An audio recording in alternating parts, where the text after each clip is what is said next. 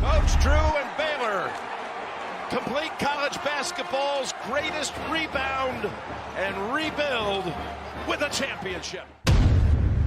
If you're going to war and I'm coaching, I'm taking these guys. Baylor, kings of college basketball, #1 in the land, and the trophy is coming to Waco. Baylor, one of the great turnarounds in college athletics history, national champions in year 18 for Scott Drew. Our fans that have been with us for the lean years, the good years, and our administration, President Livingstone, Mac Rhodes, they all deserve this. The city of Waco deserves this. Hey, Texas, we got a national championship too. The state deserves it.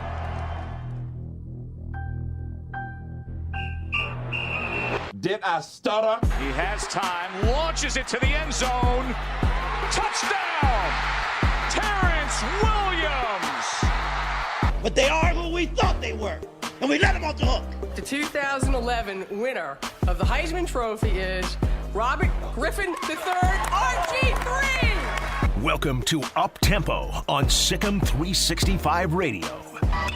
Langoliers, base hit to center, and the Baylor Bears win their first Big 12 tournament championship. Their fat little girlfriends are telling them what they want to hear, which is how great you are. I'm a man. I'm 40. Call us on the Impact Health Labs caller line at 254-339-1122. Hello? You play to win the game. Yep, just ready for OU. You can't handle the truth. Here's Drake Toll. And welcome into the Petty Clinic Low T Bears Den. I'm Drake Toll alongside J.D. PicKell, Jack McKenzie, and Andrew Robertson in studio today. It's a big show. Big. Collen's home. Nicki Collen introduced yesterday as the head coach of the Baylor Lady Bears. And we've got a star-studded guest list for you today to help talk about it. 254-339-1122. The guest list includes you. Nicki Collen officially announced yesterday. Got to meet the media. Got to meet with fans. I'll tell you what, I'm impressed. Yeah, in terms of how well you can do an introductory press conference, she absolutely bodied that. I mean, she addressed every elephant in the room. She was authentic. She was excitable. Like, she gave me a lot of confidence. Okay, we for sure got the right person. And also the way that Mac Rhodes talked about her. Mac Rhodes had nothing but great things to say about her. It was fun to hear about the process and why she was the right fit. I'm pumped. I am 100% on the Nicki Collen train. You know, we talked about someone that was going to command the room and just have a demanding presence, the aura of power, and just exudes this confidence. But you heard her talk about it yesterday. Nicki Collen mentioned the fact that she said, Michelle Vopel, all these people have been talking about my confidence. She said, you know, it's just the fact that I love the game. Yeah. That she grew up on the game, that she knows the game, that her aha moment in her life came in the game of basketball, and that's what makes her confident is her love and affinity for the game. She was a gripping speaker. I mean, I got goosebumps several times throughout watching it back, being like, dang, she cares about basketball. She cares about these people. And one of my favorite things she said was, if I could still be playing, I would. That's how much I love this game. If I could still be playing basketball, I would. And I think that's just something that's so special. And any coach that is involved with coaching, I think it's easy to get caught up in everything that coaching is, and she clearly isn't callous to that at all. She is all about the players. She's all about the game, and so I think the right person's at the helm for this thing. I'm pumped up, man. I'm really excited, especially after yesterday's conference. Nicki Collen press conference, you and I talked about on the show. Yeah, I went back and watched our show after the press conference to kind of gauge where we expected her to be and what we asked of her for that press conference, and I'll tell you, we were looking for a power, just this someone that comes in and steals the room, and that's not what Nicki Collen is. She just has this genuine, passionate, sincere nature about her that I love. I mean, I have an affinity for. I think she won the room by not being Kim Mulkey. She won the room yesterday by being Nicki Collen. Absolutely. She was just so authentic, which was, it seemed like to me, the big trump card for her. And anytime you get introduced as the new head coach of a program, there's so much opportunity for things to go wrong because you want to come in and you want to be the big dog, right? You want to put on this front of, hey, I got it under control. I'm the answer. I'm here to make this my program. And she did say, hey, this is going to be my program. We're going to do things a different way. But she did a great job of coming in and saying, hey, I'm not going to be Kim Mulkey. I'm not going to try to be Kim Mulkey. To credit Mac Rhodes, he didn't hire her to be Kim Mulkey. He hired her to be Nicki Collen, and she made that very clear. And I love what she said, too. She said, we're going to dive on every loose ball. She said, we're going to dive on every loose ball. And that told me all I need to know about her as a coach. She promised that fans would have fun watching Baylor women's basketball still. I think that was a big thing. It didn't seem like an empty promise. Everything that she said in the press conference yesterday felt like it came from a genuine spot. And I like we talked about yesterday, too. We're not here to hold Baylor's jockstrap. Right. It would be weird if Baylor asked us to hold its jockstrap. I would probably not be able to say yes. I'm not. There are some legalities there that probably don't check out. But at the same time, genuinely, I thought Nicki Collen won the press conference by a large margin yesterday. Yeah. I didn't expect her to win it like that. 100%. And I wanted to get your thoughts on this because you were there. What was the energy like in that room? Because, I think it's one thing to watch it back on YouTube, as I did, but to be in that room and to feel the energy that was probably palpable. What was that like with the press conference? For those that did watch us, call us or text us 254-339-1122. We want to get your thoughts on Nicki Collen and how she was introduced to Baylor. The energy started off pretty stale. Mac Rhodes had to get the folks up and about it, which it's 2:30 on a Wednesday. Sure. Your crowd is different. Most of your crowd is retired because a lot of folks are at work or watching on ESPN Plus, watching the Twitter stream. So it was tough to get a large conglomerate of fans there when it's 2:30 on a Wednesday. Right. What can you do? But it also felt like there was this aura of uncertainty that folks had yet to really open up or accept the fact. Nobody likes change. Right. And now you bring in somebody after 21 years to replace a legend like Kim Mulkey. It sounded like folks really didn't love that. And she needed to impress. For a lot of folks in that room, she needed to impress. And I think it was how genuine she was. I know it was how genuine she was that is what did it for her. Yeah, I loved that she shared her own story and she addressed all of the elephants in the room like we said before. There was a lot of opportunity for this to be the Nicki Collen front show in a sense. And what I mean by that fronting, she could have come in there and just kind of been like, hey, I'm going to be the answer. I know that y'all are, worried about me. And I love that she addressed all the insecurities I think a lot of people had. It's like, hey, I haven't taken a conventional route to get here. I didn't go the natural route that other people do to get head coaching jobs in women's college basketball. I haven't been a head coach before. I've been around the college game as an assistant and learned a lot there. I've been a head coach at the professional level, which is probably worth quite a bit. But I love that she acknowledged all those things because in the back of your mind, that has to be sitting on everyone's conscience to a degree. A couple of these texts coming in.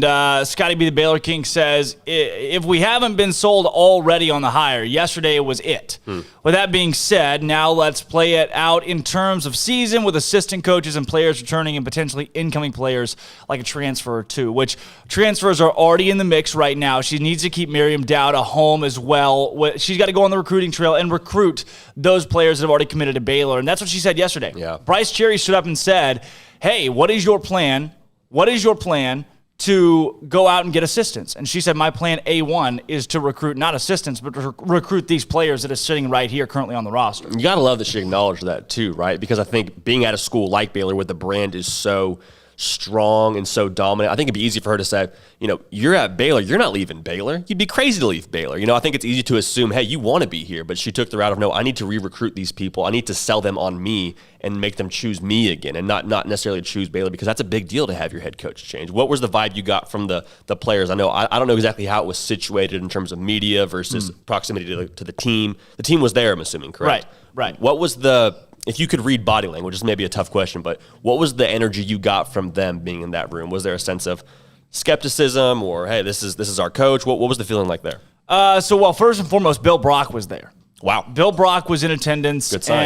and Moon Urson was also in attendance. And you could see Collen giving hugs to Moon Urson and hugs to Alyssa Smith, Queen Egbo. They were all taking pictures together after the press conference. You could tell that the players were open and welcome to Collen, and that they have been and throughout this entire process, which gives me a lot of confidence in the fact that they are here to play for Baylor. They weren't here to play for Kim Mulkey solely, but they want to stay at Baylor, have success for this school and for this brand, and that they're committed to that. And I truly, from what I saw, thought they're committed to Nicki Collen. It looked like those players are committed to staying with Nicki Collen and being within her program for the year or more pending their eligibility to come. Sure. That's great news. And credit to Mack Rhoades and Alyssa Smith for saying, hey, let's take a second before we make any rash decisions. And, once we hire a coach, y'all can decide for yourself. She can try to re-recruit you. So, credit to the administration for keeping this nucleus of players together, because anytime a coach like Kim Mulkey leaves, it'd be easy to say, all right, where's the first ticket out of here? We'll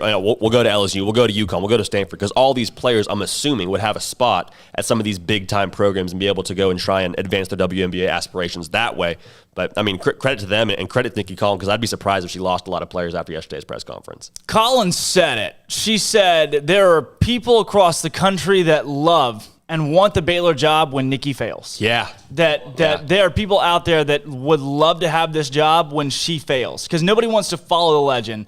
You want to be the person that follows the person that followed the legend. What guts to say that, too. Yeah, who said that? The moxie to say that. Is that your take? You think she's going to fail? No, that was Collen said that in the press conference. She said, I already know people are sitting here saying, I want to have the job after Nicki. I kind of like that move. Everyone's thinking it, float it out.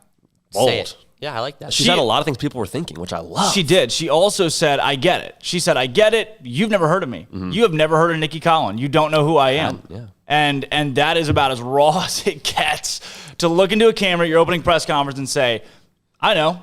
I'm unfamiliar to you. You had never heard my name a week ago. But I can't wait to embrace you. Which is such a winning strategy. What were you going to say, Aaron? Is that a weird, she's the 2018 WNBA Coach of the Year. I did a lot of reading on her. She seems like she's done a lot in her career. Is that on us for not knowing? It's on me. I didn't know who she was. It's definitely on me, because I didn't know who she was prior to her being hired. And so I can admit that fully. I have no pulse on WNBA or a majority of women's college basketball, transparently. So I had to do my homework for sure. But the fact that was on everybody's conscience, and she looked right at that insecurity and said, yeah, I understand. I'm not Kim Mulkey. I know you never heard of me. All these different things was like, I like you. Yeah. I like you. Okay, I can rock with you. I'll go. You're confident. It takes a confident person to say those things. I agree. We got Steven on the caller line here. Steven, what's going on? I love to get your thoughts on yesterday's press conference. Hey, guys. She nailed that press conference. I got to say, that's I did not expect her to come in and be as personable and direct with the things she said. And I think when you're talking to young people, being personable and direct are probably the best way to start off a relationship.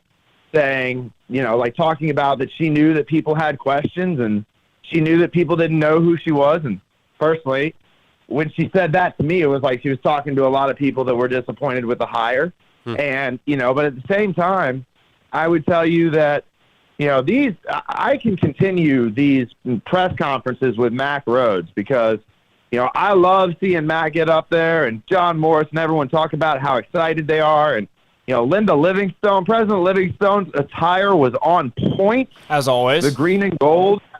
As always. Anybody the green and gold is just, Matt can get a gold blazer and some green pants and we might really do this hard. But I was really excited, and I felt an emotional bond, an emotional connection to when she was talking about how important Scripture was to her when her I think it was her sister that passed away of cancer. Yeah. 7 years ago. That really hit me in a place. So if we're talking about that press conference yesterday, she hit it out of the park. And, we talked about my brief experience with coaching searches. Of course, the coach that I played for ended up being successful and is now will eventually go on to, the Arizona JUCO Hall of Fame or whatever it is. But that first year was real rocky because he came in trying to change things and with a big head of, this is the way I do things, and we weren't really successful. And I think that if you come into a place and say, look, I know I might not have been a very well-known candidate, and I know y'all have been doing things this way for a Hall of Fame coach, but I'm not here to change things that aren't broken. If you'd like to chew gum in practice, I'll let you chew gum in practice, but this is still a winning formula here. And basically, she's just trying to become another parental figure to these players. And that's kind of how I felt as Coach Rule and Coach Aranda. And, Mack Rhoades is the one who deserves a lifetime contract in my eyes because that man has not missed. That man has not missed yet. And greatest thing that ever happened to Baylor athletics. Mac Rhodes definitely. I think he hit it out of the park with this one. I think she showed me a basis for sustained success yesterday. That she won't come in and she just seems so level-headed. Yeah, not emotional in the way of you get a lot of coaches that are loud and fiery and just you don't know they're haywire. You don't know what they're going to say or what they're going to do. She seems so level-headed and so knowledgeable about the game of basketball. I mean, I don't know how you can not have confidence in her after that press conference. And think of the pressure she had going into that press conference, right? I mean, you're going in to follow arguably the best college basketball coach in the women's side of all time. Yeah. I think it'd be easy to go in and give a rah-rah speech and go in and say, hey, this is what I'm going to do. These are my promises. These are my, things that we're going to get done after the first year and kind of have a big parade about it. But she was just like, look, this is me. I know y'all don't know me, but I'm going to go in here. I'm going to do my best, and this is what you're going to get. And so I think that, like you said, very level-headed of her, which, I mean, all great coaches that feel like are somewhat level-headed, right? I've never met a coach that's great that's not level-headed. Right. Steven, Bear Games question today. We're going to go Rotten Tomatoes again. 1 to 100. How do you rate yesterday's press conference? I'm saying that was a 95. Wow. I really don't think it could have gotten much better. I don't want to go 100 back-to-back days. I would like to speak to Drake's point about her being personable because, and I'd like to ask JD this. When I was a player, I was not the kind of the guy who liked getting yelled at and getting torn down, and I could not, my own personality. I could not go into the building and play for Bobby Knight. And I'm not saying Kim Mulkey is Bobby Knight, but she obviously is fiery and intense every single day. And it's like, I certainly brought intensity to the building every single day. But it's not like I woke up at 9 o'clock with like my intensity face on and I was just ready to be intense in everything I did. And so with her being personable, like I always felt like if I made a mistake, I would rather have a coach come over and say, you see what you did wrong there? Then grabbing my jersey and going, you made the third out at third base again? So that's just me. And I think that works better with young people today. That's a good personable point. trait. So I want to hear JD's point on that because I know football is different than baseball and baseball is different than basketball. Sure. I think it does vary sport to sport. I think it also varies a lot player to player. I think you made a good point. This generation probably responds a little better to the, how I should say, softer communication in that sense. But there's a lot of people also that's like, hey, I need that fire lit under me. I need to be able to have you yell at me and tell me why I did something wrong for it to click in my mind. And so I think great coaches are able to adapt their communication style to different players. I think the best coaches can kind of call to one player and yell at another player because they know that's how they're going to get the best out of them. And that was what I got from Nicki Collen just based on the way that she presented yesterday. But I agree, Stephen. I think this younger generation, she might be a perfect fit. Stephen A., thanks for your call.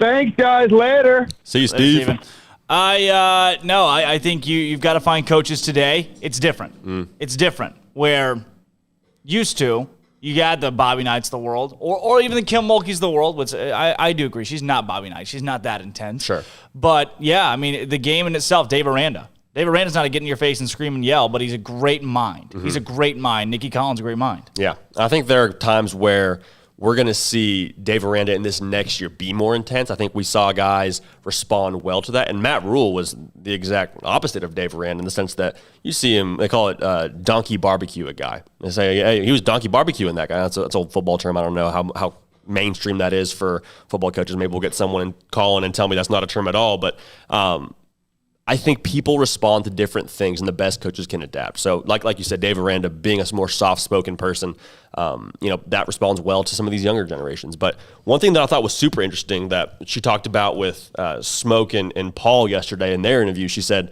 or I think they asked her the question, hey, how are you gonna, how are you gonna deal with recruiting and how are you gonna deal with the portal? Because you came in and it was one thing, and you're back in college, and now it's a whole different monster. And she just said, well, all it is really is free agency. Yeah. And it just clicked. I was like, wow. Yeah, you've done free agency before, haven't you? Like you've not only transferred, but you've done free agency at the WNBA level.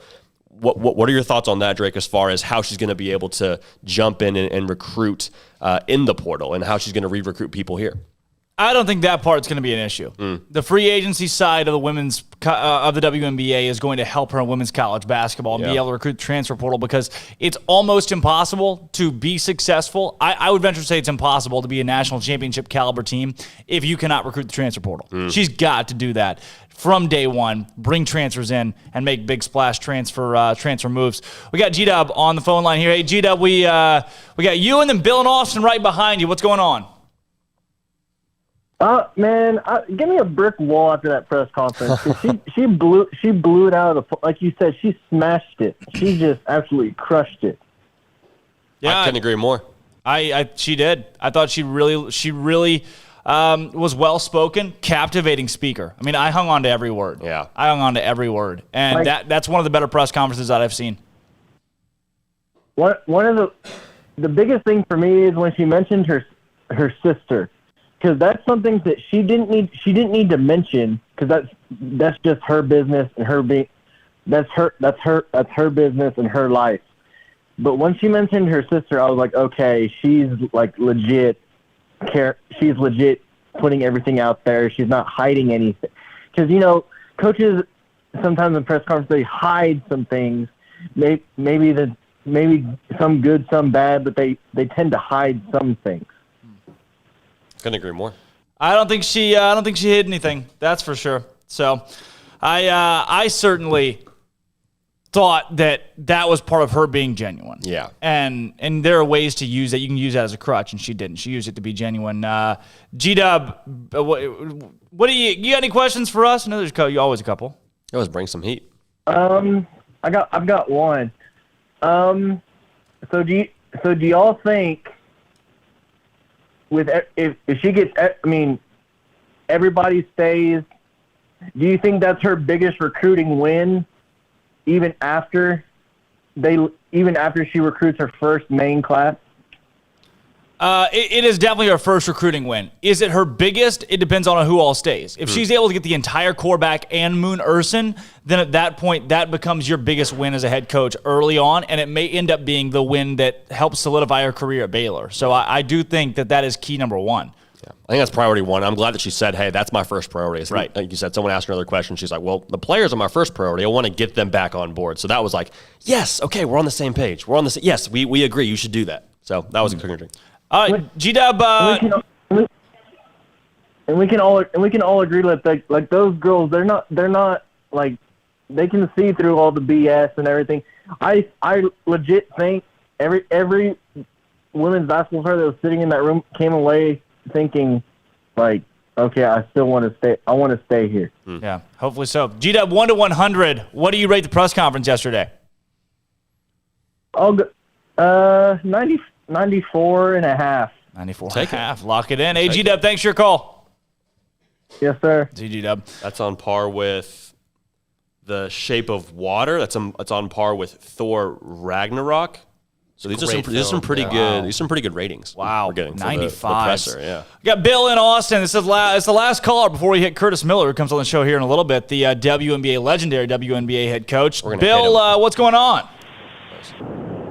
Yeah, two things real quick on the press conference I picked up on was the first part was I just got a very, like somebody said, she seems intense, but in a very kind of calm, collected way. I get a very kind of Nick Saban-y, Gino Auriemma kind of vibe, and I think that's going to play huge into trying to get players into the next level. Also, I picked up on the fact that she kept mentioning that she wanted to be a Baylor for a long time, so I think that was a point she kept trying to make. And with the transfer portal, being like free agency, which I think that's kind of all of college sports is moving that direction, her ability to navigate that, I think it's going to be huge. And the second big thing I kind of picked up on was she said that her daughter was like a really good cheerleader, but wasn't excited about moving to Waco. Yeah. But I don't know if she realizes that our cheerleading team is like national champions every year. So I thought that was kind of funny too. Baylor does have a really good cheer team. 5-time national champions. Her daughter.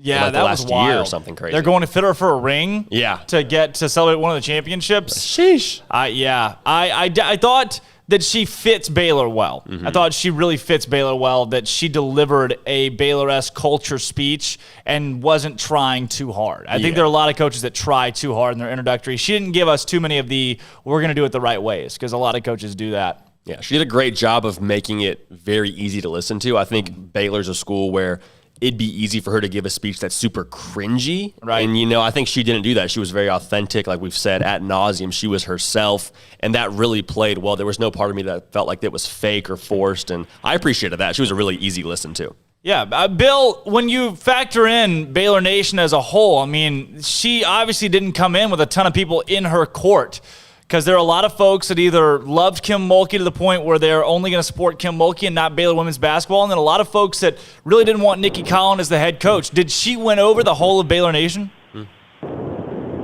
I think she won a lot of people over. I was kind of on the fence before, and I'm definitely more of a fan now. My dad was a huge Kim Mulkey fan, and he was not happy when she left, and I think the press conference kind of won him over a little bit more too. So I think she probably, there's always going to be a few people in every group that just refuse change, but for the most part, she couldn't have done much better, so that's a good first start. I love it. Hey, Bill, 1 to 100, how do you rate at Rotten Tomatoes her opening press conference? I'll give it a 90. I like it. I don't think there's very much she could have done to be better. Bill, thanks for your call. All right, guys, thanks. Thanks, Bill. All right, packed it out today, guest list-wise. I mean, today's going to be a big day. It's a big show. It's a big show. You guys deserve a big show. Come on, bring it on. Everybody gets a big show. We've got today at 11:30, Kurt Miller of the Connecticut Sun joins the show. Miller, that's right. Head coach of the Connecticut Sun. He's the one that hired Nicki Collen into the WNBA, her first big-time professional job just a couple of years before she took over in Atlanta. After that, Reagan Peebley joins at 12:05, head coach at TCU. Her and Reagan and Nicki worked together for a while at Colorado State. There's a classic picture of them together in a like classic Western. Just a Western getup. Not really sure what's going on in that picture. We may have to ask about that. We're going to do 12:30 today. Michael Woodson joins the show, Baylor men's tennis. That guy. They just got the number 2 overall seed in the country going into the NCAA postseason. 1:05, Avery Skinner joins the show. She's the new volleyball transfer who won a national championship at Kentucky. First team AVCA All-American. Dad is Brian Skinner. She's transferring to Baylor to play for Coach McGuire. And then at 1:30, we're going to roll through some of the Nicki Collen presser clips. I know that not everybody got to see all of it. It's very tough to sit down and pump through an entire, presser hour worth of press conference. So I've condensed it to the best 15 minutes. We'll do an analysis and roll through those as well. That is coming up today at 1:30. When we come back from this break, we'll be joined by Kurt Miller of the Connecticut Sun, the legendary women's basketball coach in the professionals. He gave Nicki Collen her first job in the big leagues, and he's going to tell us why she's the right fit for Baylor University. I'm Drake Toll. That's J.D. PicKell. We've got Jack McKenzie and Andrew Robertson today. Got a little Jack's Minute coming up, and we'll be right back on Uptempo. Nicki Collen. That's it. That's the name. Baylor's new women's basketball coach was officially introduced to Bear Nation yesterday at her opening press conference in the Farrell Center, where media, current players, and fans alike got their first look at Collen in the green and gold. Contrary to the flash and glamour of most opening press conferences, Collen met the public with a real, down-to-earth personality. She remarked that building a staff is a priority, but that her first priority is to recruit the current roster and keep her new players in Waco. Coach Bill Brock and players Moon Urson, Nalissa Smith, and Queen Egbo were all in attendance. It is yet to be announced if Brock and Urson will stay in Waco with Collen next season. In the golf game, Baylor's men's team has been awarded the number 7 seed at the Stillwater region of the 2021 NCAA Division I Men's Golf Championships. It's the program's 23rd straight NCAA tournament bid, and the match will take place in Stillwater May 17th to 19th. Baylor will compete against a field that includes OSU, Auburn, SMU, Illinois, Little Rock, and more. The top 5 teams from each of the 6 regionals will advance to the NCAA championships in late May and early June. And Jay Goebel's women's golf team notched 6 players on the Big 12 All-Academic team, while the men's team led the conference with 9 such honorees. And in national news, Auburn men's basketball has signed Arkansas transfer guard Desi Sills and LSU Tiger quarterback TJ Finley, who started 5 games as a Tiger last year as a freshman, will transfer from the program this offseason. I'm Jack McKenzie, in for Armstrong Sims, and that's all the news that is news in college sports. This has been not Armstrong's Minute, but Jack's Minute on SicEm365 Radio's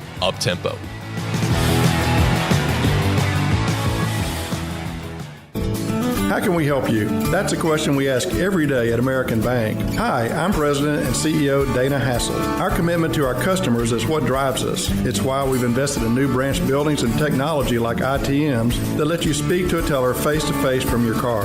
It's why we work with local businesses, helping Waco grow and thrive. And it's why decisions about your accounts and loans are made here in Waco by people who know you. How can we help you? Find out at American Bank, member FDIC.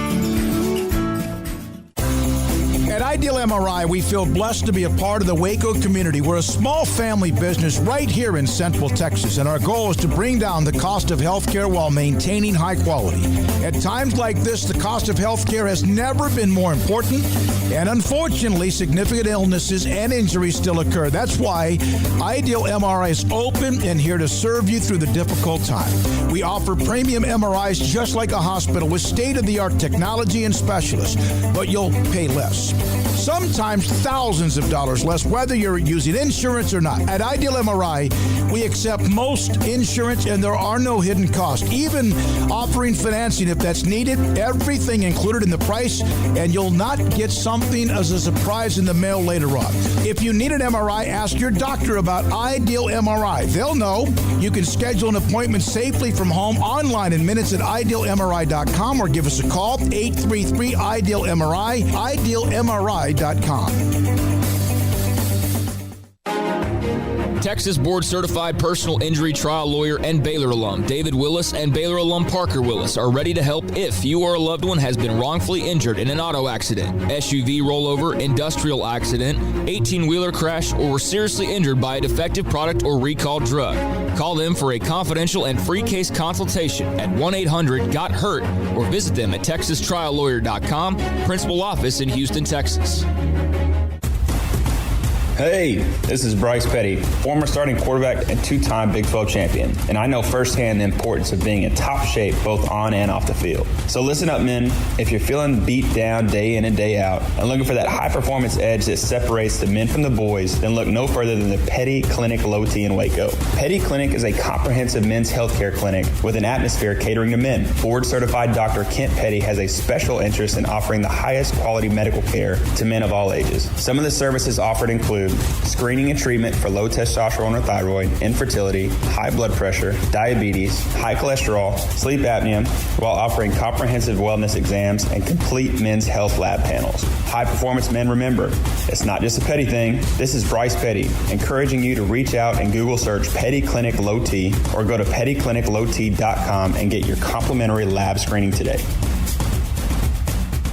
Ram Truck Month means special pricing on the new 2021 Ram trucks at Allen Samuels. The three-peat Motor Trend Truck of the Year, Ram 1500 Lone Star Crew Cab, has special values up to $5,500 or 0% for 84 months. Allen Samuels, located at 201 West Loop 340 in Waco, Central Texas' new Ram commercial truck headquarters with 3,500 and 5,500 chassis cabs and other great work trucks. Visit Allen Samuels today. It's Ram Truck Month. Come by. Let's be friends. See dealer for details. All offers have credit requirements.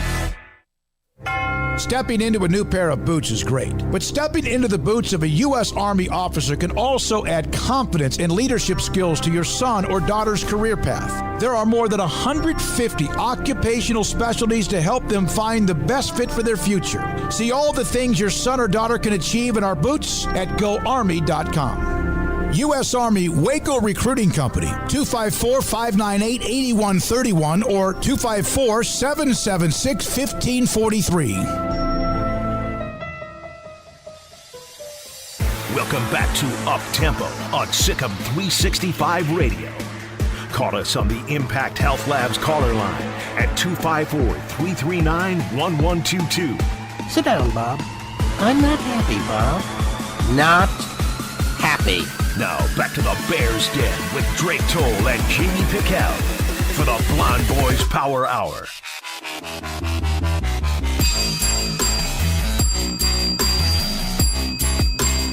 Welcome back into the Petty Clinic Low T Bears Den. I'm Drake Toll alongside J.D. PicKell, Jack McKenzie, and Andrew Robertson in studio today. 11:30 on the dot, almost at least, and we're joined now by the legendary WNBA coach, already legendary. I hope you'll accept that, Coach Curt Miller, on the show today. Curt, thanks for coming on with us. Let's see, we got him yet? He's coming. What a great get, though. Bowling Green. Close Indiana. to it. Coach, can you hear us okay? Connecticut Sun. I can hear you. I'm sorry that I'm driving. Oh, not a problem, Coach Kurt Miller. Coach, I referenced you as a legend already in your own right, and I hope you're okay with that. Not really a legend, just trying to do what I can. I love it. I love it. Coach, again, thanks so much for coming on with us today, and I know your drive and making time for us means a lot for this show, and I know we're talking about somebody that means a lot to you because she mentioned you. She referenced you in her press conference yesterday. That's Nicki Collen, now the head coach of the Baylor women's basketball program. I want to know, Coach Miller, when you hired Nicki Collen, she had just had a stint at Arkansas that didn't really work out that well. She had gone to a mid-major in a great program with Coach Semesco at FGCU. But you still took a chance on Nicki Collen. Why did you hire Coach Collen at your program at Connecticut?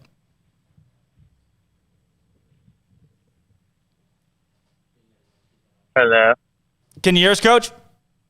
I can hear you again. Perfect. All right, Coach, basically what I was going with that one. Why is it that you hired Coach Nicki Collen onto your staff at Connecticut in 2016 to be with you?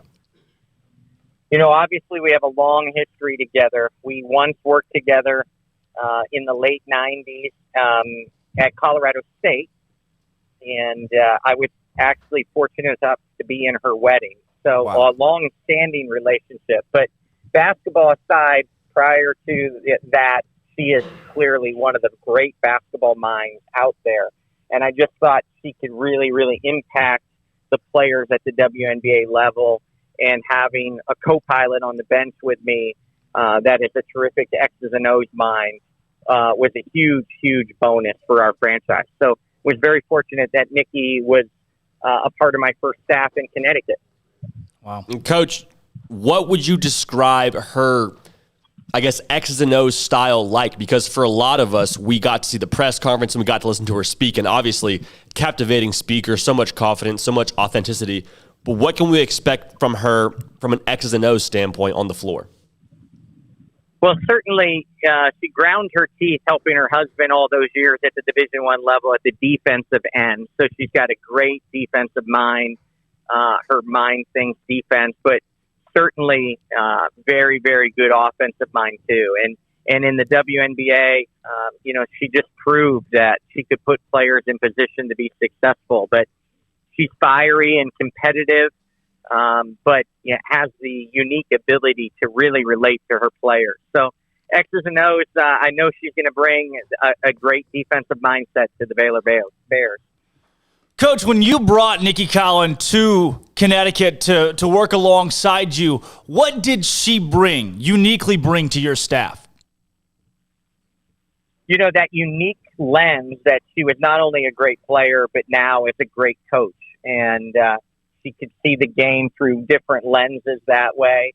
And then just the competitiveness.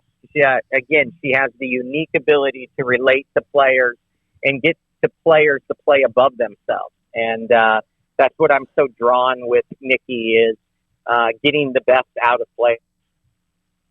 And Coach, in that same vein, we had a conversation yesterday about the difference between players in the WNBA and players that she'll have now at the college level. What are some challenges and what are the differences between working with those two different groups? You know, certainly there's some limitations, and she'll be back in the collegiate rule book on how many hours you can work with them, and obviously they're students first and student athletes. But you know, the one draw that players that she will recruit is she will know how to prepare them to be WNBA players. Baylor's one of the elite jobs in the nation, and I just think that she has the unique ability to relate, but now relate to players and know that they know, talking to her, that they can be prepared to be WNBA players. It's just a great combination and a great selling point for her in the program. Coach, coming into next season, I know being a WNBA coach, you've got scouts on the ground that have already looked at Nalissa Smith. I mean, she is likely a preseason National Player of the Year in collegiate basketball. Queen Egbo, possibility of Moon Urson, Jordan Lewis, and others. The nucleus of this Baylor team is still here, and they're ready to win. Does Nicki Collen have that win-now mentality? For sure, and I think you'll see her get to work. First and foremost, she's got to re-recruit those players, and and try to keep as many of that core group together as possible. I think the first impression and her ability to relate to them quickly will shine through. And so I hope that she's able to keep that core group first and foremost. Obviously, Smith is going to be one of the elite players on the draft boards of all the WNBA teams. Great athlete, obviously, is great around the rim.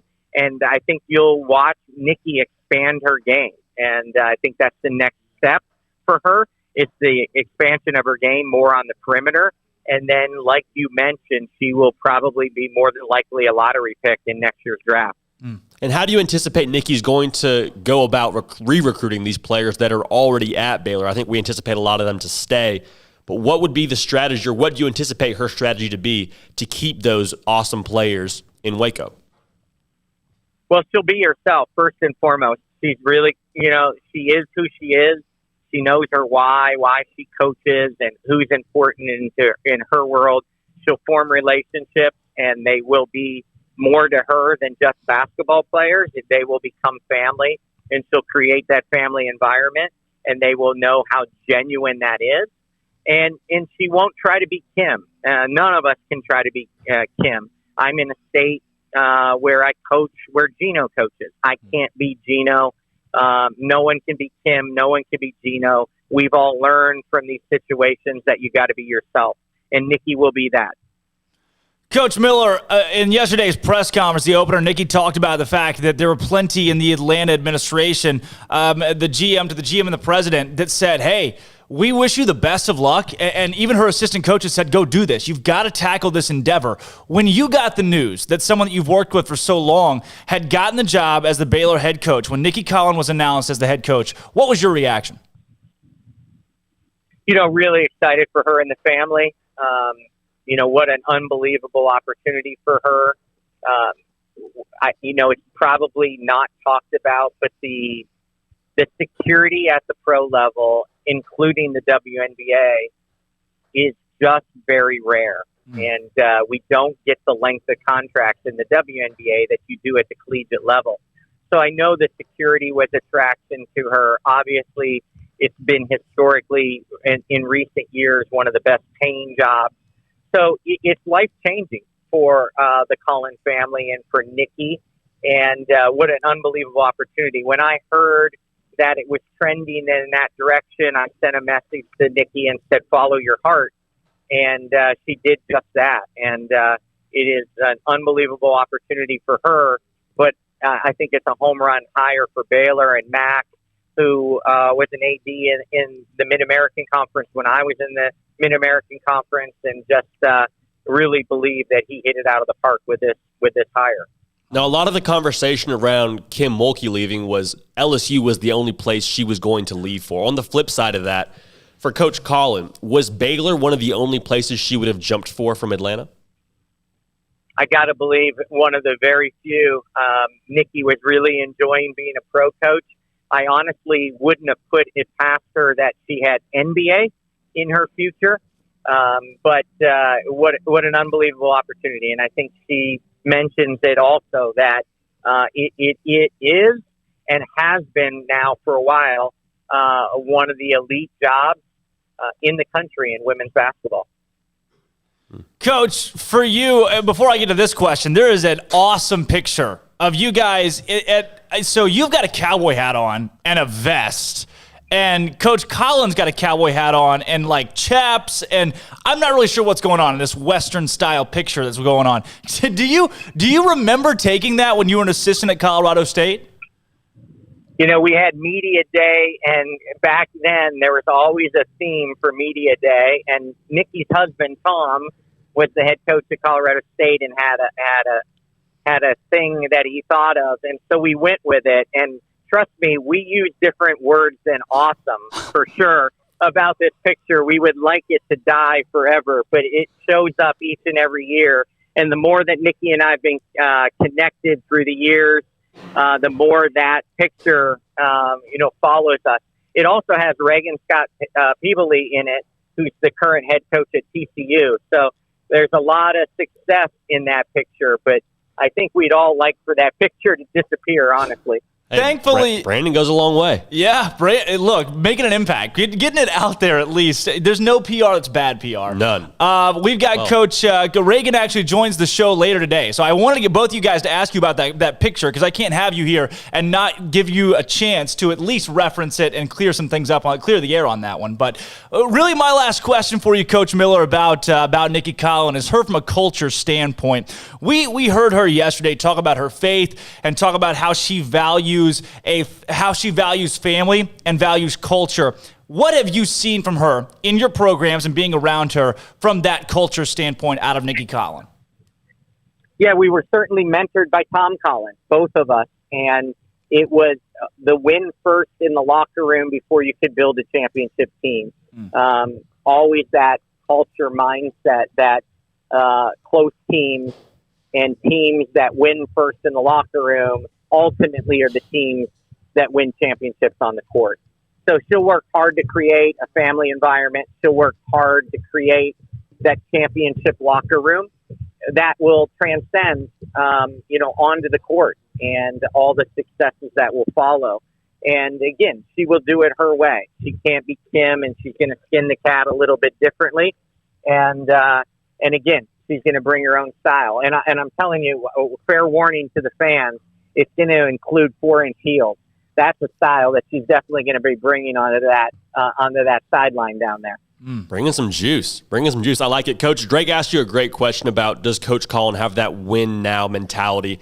In that same vein, how hard is it going to be for her to win now? Because coming from the pro to the college level, obviously a different game, I would assume. How difficult is it going to be for her to come in here and meet the expectations that the Baylor faithful have for her? Yeah, no one will have more pressure on herself than her. She gets it. We have that at the pro level. It's a win now mentality all the time. And it's important. She can keep that core group together. She has a core group that can win, but this is not just a short term.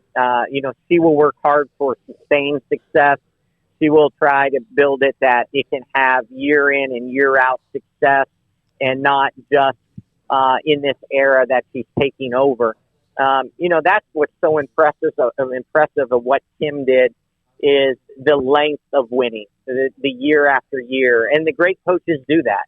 There's only 8 active coaches at the collegiate level who have won 8 or more consecutive championships.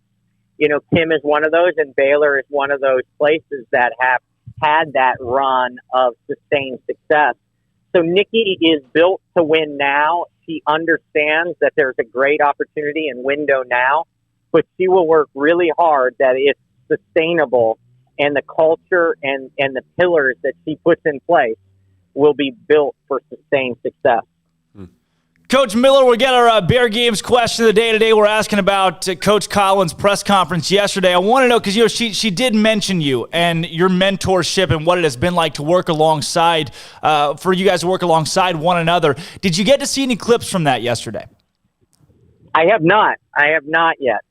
Well, I definitely that really centers around our Bear Games question. I can tell you that she showed a lot, impressed a lot, and I strongly, I know you will, I strongly encourage you to check that out because man, she had the world to say of you, and I know that you've done a lot for your game in your. I say short stint in the WNBA. The impact you've already made definitely has sent waves, and it's a pleasure to have you on this show. Well, I truly appreciate it. And again, I can't emphasize enough. Baylor has made a home run hire, and I hope the new fan base really embraces her. She's an elite person on top of an elite coach, and I think the fan base is just going to fall in love with her.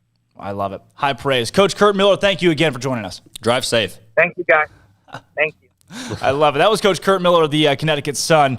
High praise. The Baylor fans will love her, and she's going to be a great fit here. And I know she proved that in the press conference yesterday that we're talking about all day. So Reagan Peebly's going to join the show later on, too. She was in that picture as well in a separate one. So Kurt Miller, head coach Connecticut Sun, Nicki Collen, WNBA Coach of the Year, and Reagan Peapley, now the head coach at TCU, all three on the same staff with Tom Collen, who is a longtime Division I head coach. Unbelievable. It's a mega staff. It's a super staff. Super staff from Colorado State in the early 2000s. When we come back, we're playing Take 3, and then after that, Reagan Peapley joins the show. I'd like to remind you the first hour of SicEm365's Up Tempo is brought to you by Banson Business Services, owned by Baylor grad and SicEm365 premium member Jonathan Green. Banson Business Services offers a full suite of business support and financial services. Banson specializes in bookkeeping, payroll, outsourced CFO services, and consulting. They can help you with your taxes. Their business helps you run your business. Visit SicEm365.com/Banson, BANCIN, for more information. Don't go anywhere. This is Up Tempo. Nicki Collen, that's it. That's the name.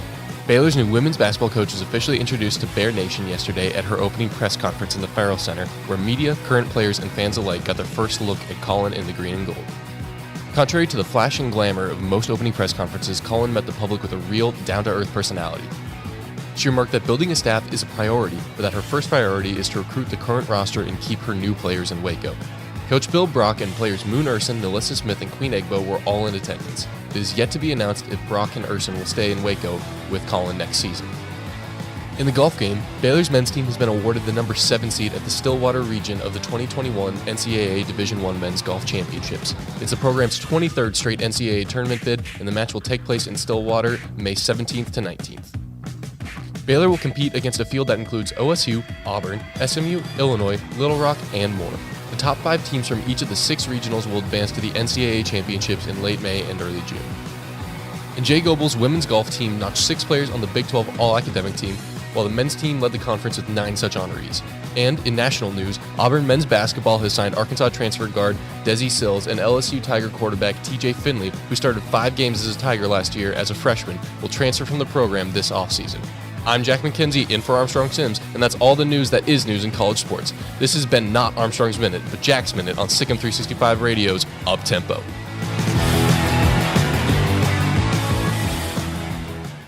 One, two. I'm in love with a man named Rudy. I'm okay with that. He knows exactly what I want. He keeps me coming back. He cooks breakfast, lunch, and dinner for me. Does the dishes too. I'm in love with a man named Rudy, last name Barbecue. It sure is easy to fall in love with Rudy's tasty oak smoked barbecue. Next in line.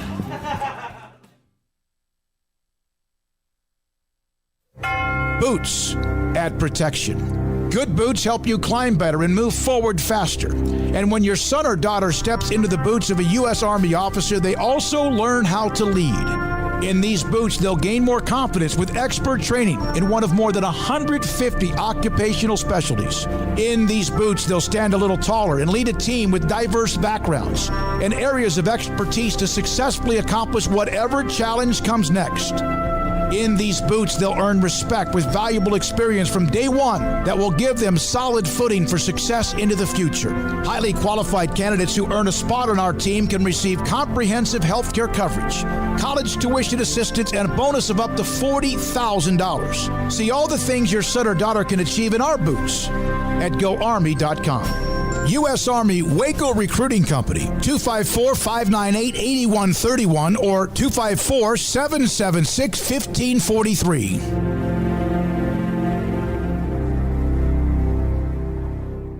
From the first workout to the last practice, sports is an incredible and rewarding challenge. Hi, this is Dan Ingham with the First National Bank of Central Texas, and we're proud to support each athlete, every parent, and our educators. From families, small businesses, to the biggest industry, we're here to help. With remarkable products like our free First mobile app, we've got banking ideas that fuel big dreams. That's the First National Bank of Central Texas. Familiar faces making local decisions. Member FDIC, Equal Housing Lender. One size fits all. That may be all right for an adjustable belt or cheap sunglasses, but when it comes to your financial needs, no one wants a one-size-fits-all strategy. Cam Heathcott, your Edward Jones financial advisor, knows that his most important goals are yours. That's why he takes the time to understand your needs, knowing you. That's how Edward Jones makes sense of investing. Cam Heathcott, covering Conroe and Houston, 936-756-7717 or cam.heathcott@edwardjones.com. Edward Jones, member SIPC.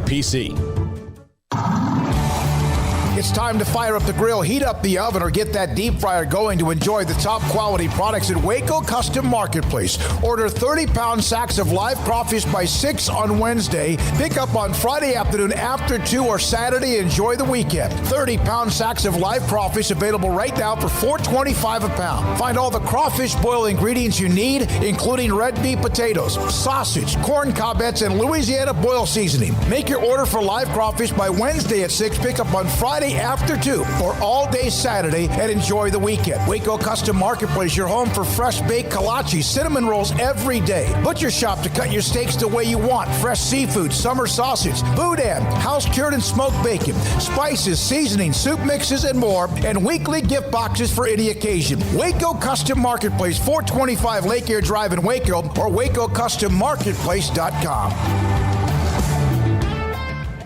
Welcome back to Up Tempo on SicEm365 Radio. Why are you the way that you are?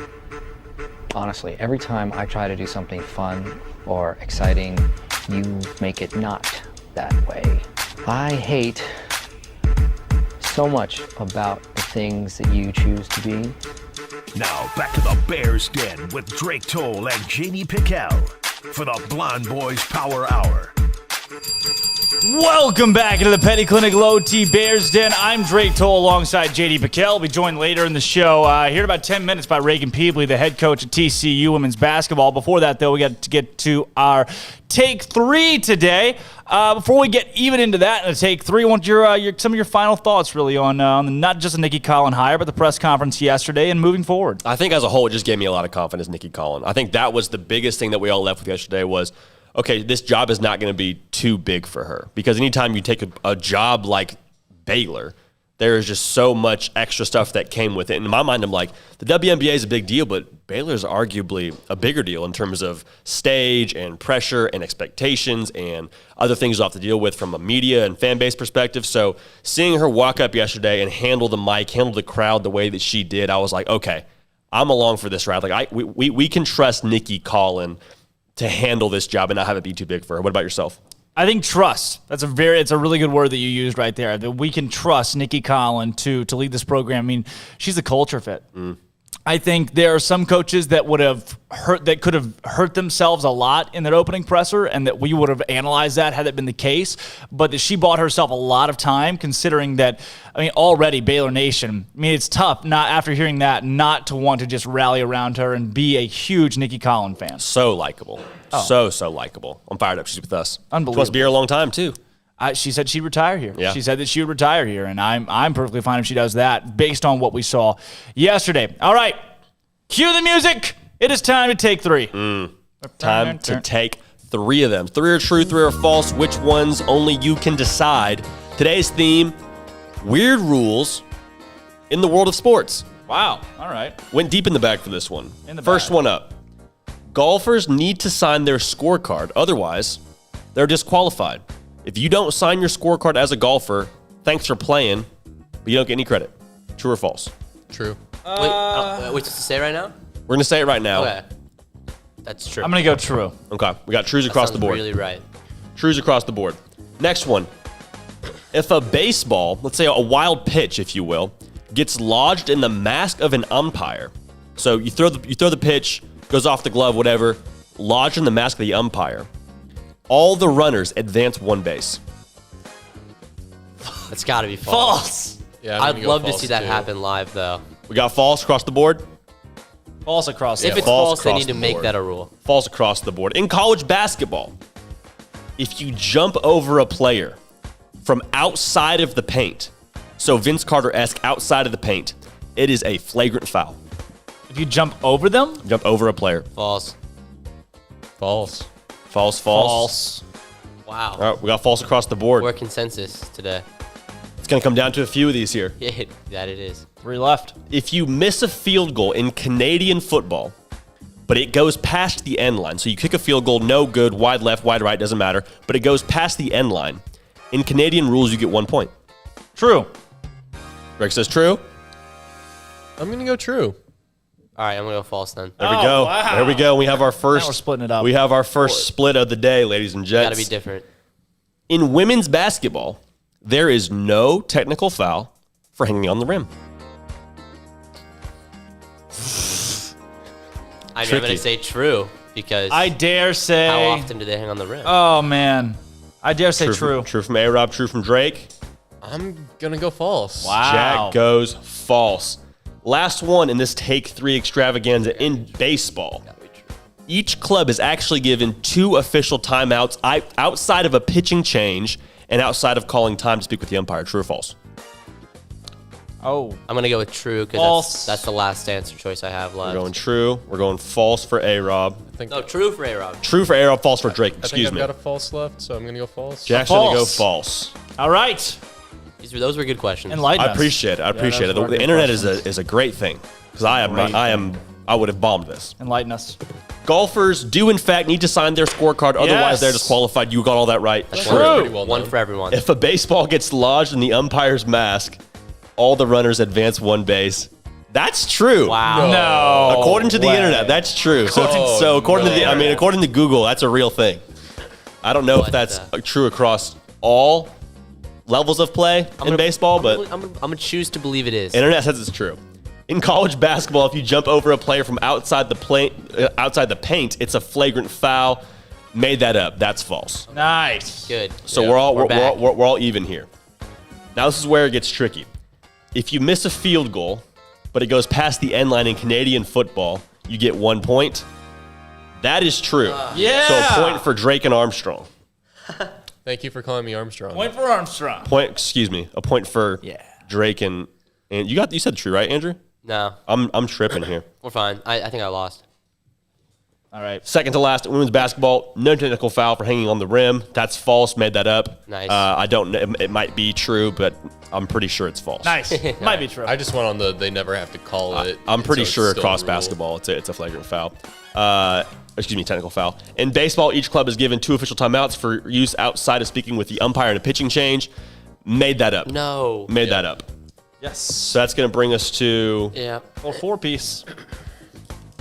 4-piece. Is that you? I got a little 4-piece. There it I is. got 3. So Drake's got that's it. 4. Game over. He's got 3. Jack, we sitting at? I don't can't know. remember. That's Drake is the winner. We'll give We're it to gonna say Drake. Drake's the Good winner. Good job, Drake. All right, well, when we come back, we're joined by Reagan Peebley, who coached at Colorado State with Nicki Collen. Now she's the head coach at TCU, and she's going to face off against Collen, 2 or 3 times every year. And we'll get the inside scoop, firsthand, from the horse's mouth, from the horned frog's mouth, if you will, on what it's going to be like facing off against former coworker and someone that Peebley respects a lot. That's Nicki Collen. When we come back, Reagan Peebley of TCU joins the show, and we're going to talk more women's college basketball as Nicki Collen is now the head coach at Baylor University.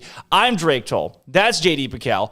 We've not got Armstrong Sims today, but we got Jack McKenzie and Andrew Robertson and Banson Business Services, BANCIN, SicEm365.com/Banson.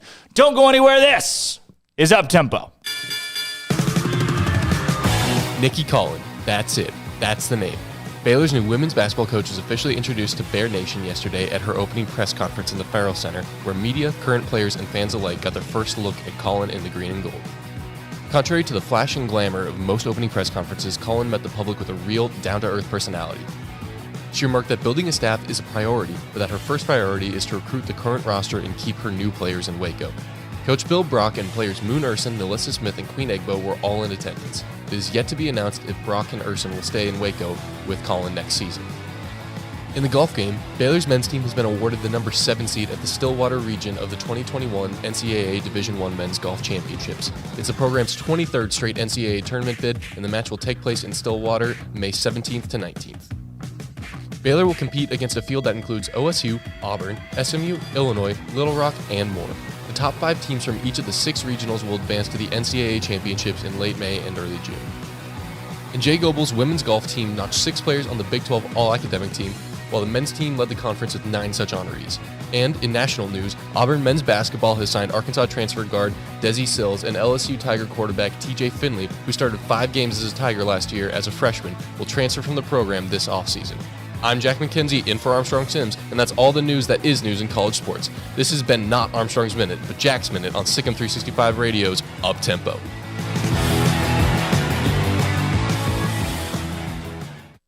At Baylor University, students can shine in their own way. Or should we say their own ways? Because there's no limit to the ways Baylor students make the world a brighter place.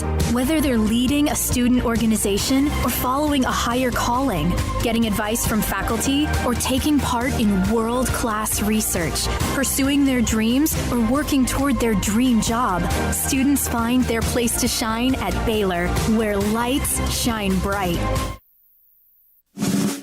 Car has the trucks, man. They have the one for you. Crew cab, short or long bed, silver, black or blue. Texas size selection, great prices too. Richard Carr, he has the truck for you. Carr has the trucks, man. He has the truck you need. If you want the best truck, you want a GMC. Texas size selection, great prices too. Richard Carr, they have the truck for you. Let Camille Johnson Realtors guide you seamlessly through the process of buying your dream home or selling your current one. Commercial, farm and ranch, or residential, Camille Johnson Realtors can smoothly and successfully lead you through any transaction. With a team of 28 experienced agents who are excited about serving you, Camille Johnson Realtors services the entire greater Waco area. If you're in the market to buy or sell, contact Camille Johnson Realtors, 104 Midway Center in Woodway, or find them online at www.camillejohnson.com. Camille Johnson Realtors, elegant, charming, warm. Welcome home.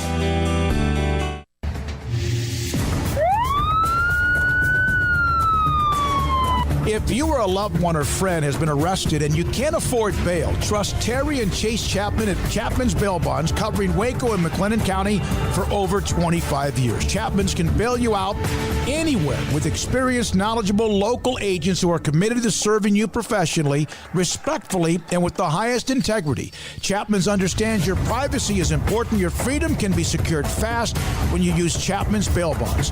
Open 24 hours a day. Payment arrangements available. Call Chapman's Bail Bonds. When you need help, 254-754-1603.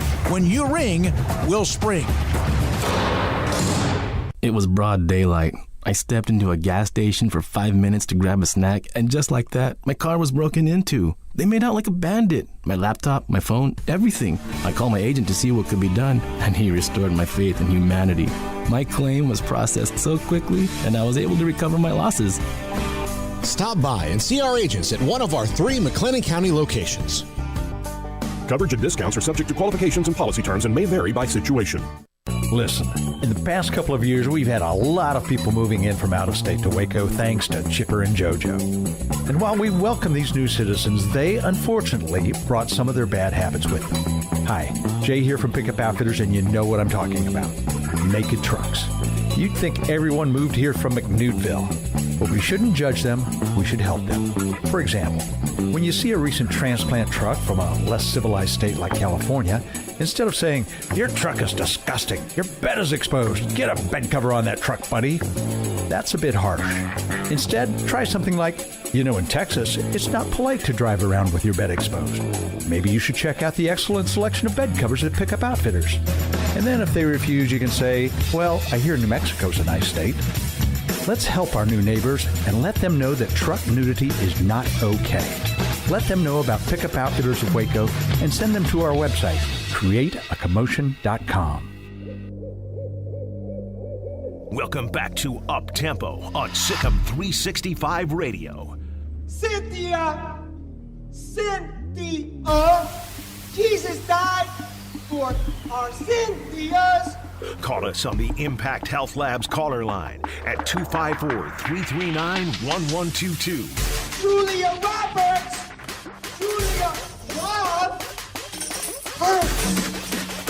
Now back to the Bears Den with Drake Toll. And welcome back into the Petty Clinic Low T Bears Den. Happy Thursday, everybody. It's Nicki Collen week as she is the new head coach of the Baylor Lady Bears, taking over for Kim Mulkey and welcoming her and her family to Waco yesterday, where Mac Rhodes, Linda Livingstone, and the rest of the administration, as she is home. Nicki Collen's new home here in Waco. And I tell you, there's another fixture in Big 12 women's basketball, Reagan Peebley, that walks the sidelines. I'm sure you guys have seen her. Baylor and TCU squaring off the last couple of these seasons. Well, Coach Peebley and Coach Collen go back. And who am I to tell you how when we've got Coach Reagan Peebley on the show today? Coach, thanks so much for joining us.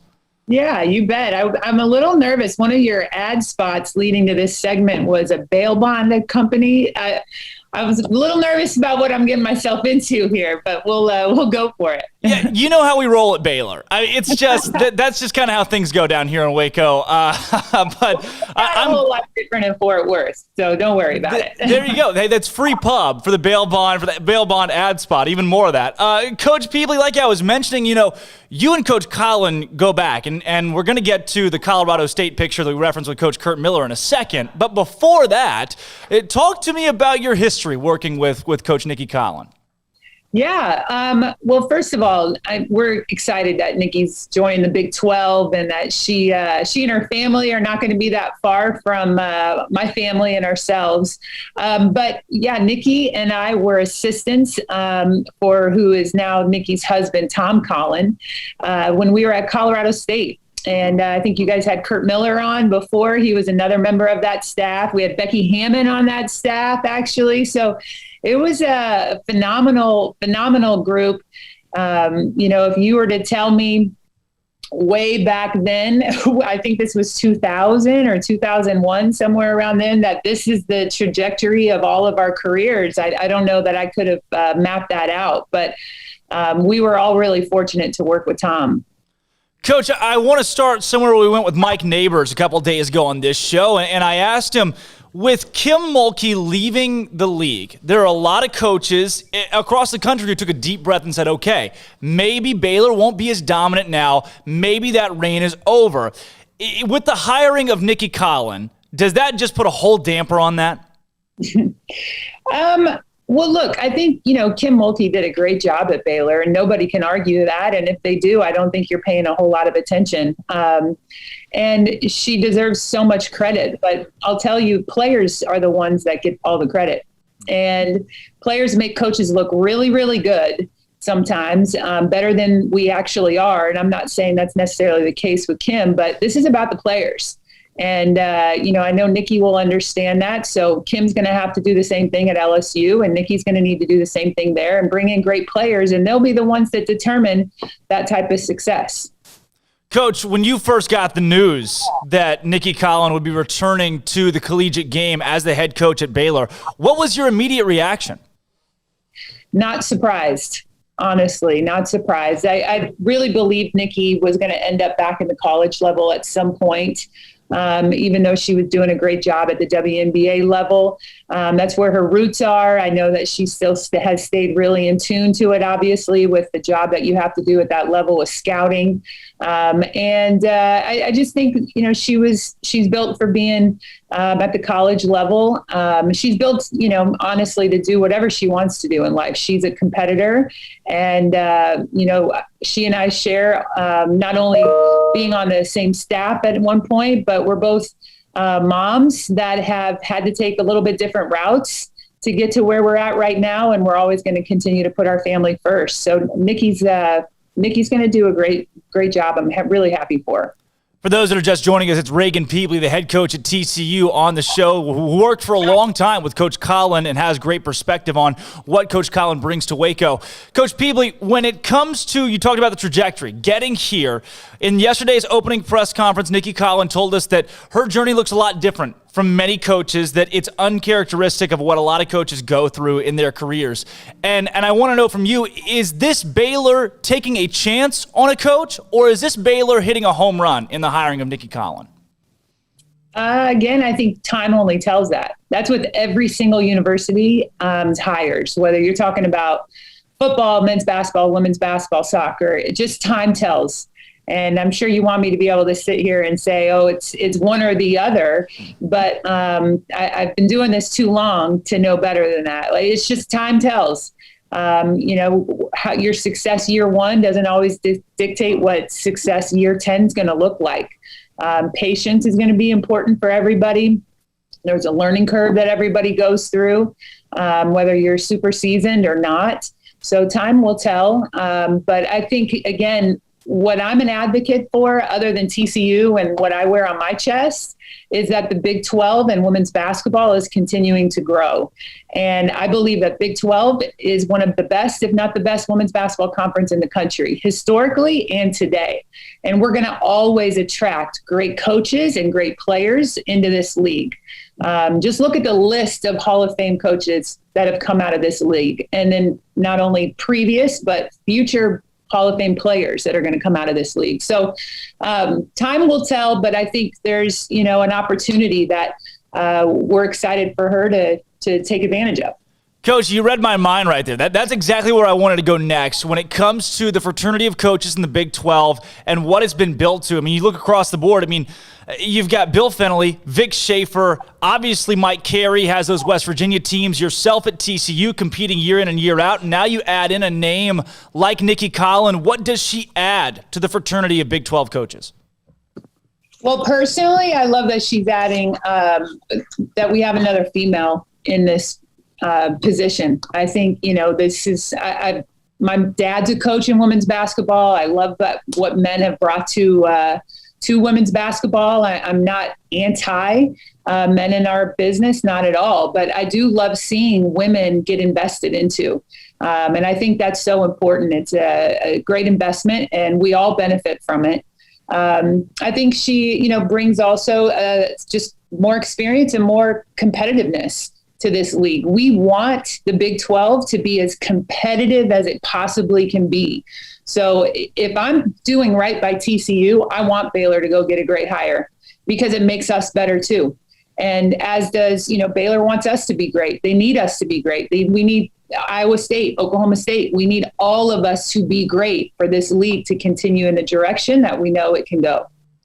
Coach, along with that, Coach Collen coming to this program, every staff, you want assistant coaches that complement each other well.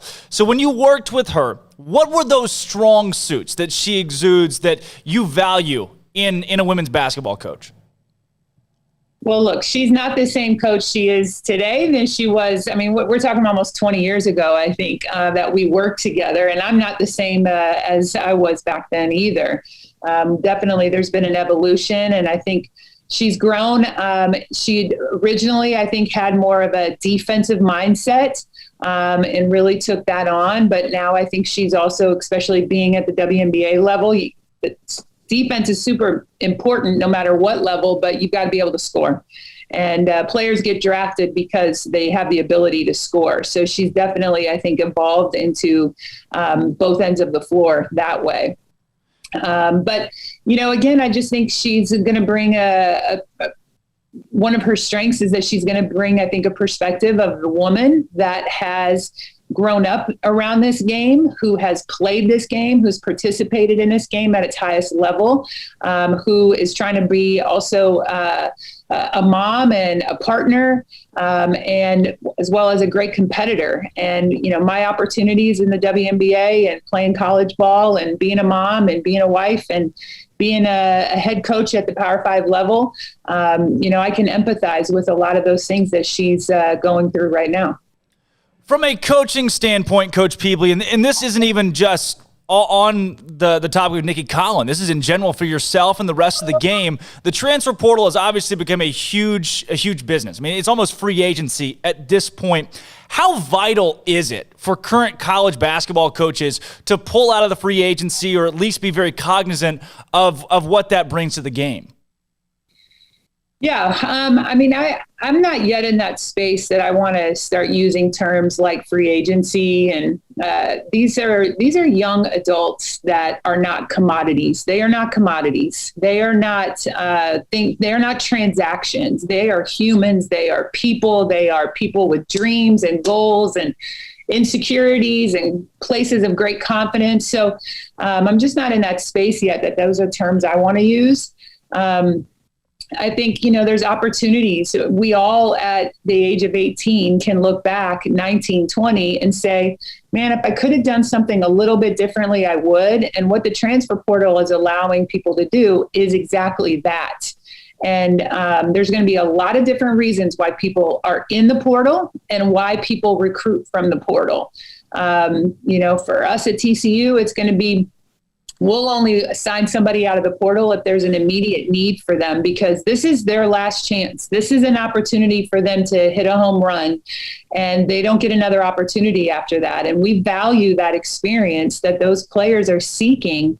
Their window of opportunity to play this game is closing, and we owe it to them to treat that preciously and make sure that we're doing it right. So, I think a lot of coaches that are just stepping into a new position, what's different now than what it used to be when you're a brand new head coach is that you can fill holes a lot faster because of the portal.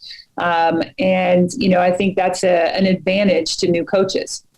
Coach, thank you for that perspective, especially on the I said the free agency. Thank you for clarifying that as well. I mean, people. I think that gets lost on a lot of folks. With that, in the opening press conference yesterday, Coach Collen talked about recruiting her own roster, that when anybody walks into a new job today in the collegiate game, that A1 is making sure that you can keep players in-house that are already a part of the roster, especially with what Baylor has back next year, Nalissa Smith, Queen Egbo, and the like. Is that something new to the game? The fact that when a coach comes in, job number one is to try to recruit current players? Well, I don't know the perspective that Nicki's going to bring to it, but I think that's your number one job every single day, at the beginning of the day, in the middle of the day, the end of the day. And it's not so much with the perspective of recruiting, but it's investing in them, and it's working on the relationship and not taking it for granted, and, finding those opportunities to create trust and create memories and do all the things that they chose you for. So transfer portal or not, that has to be a priority when you're a coach.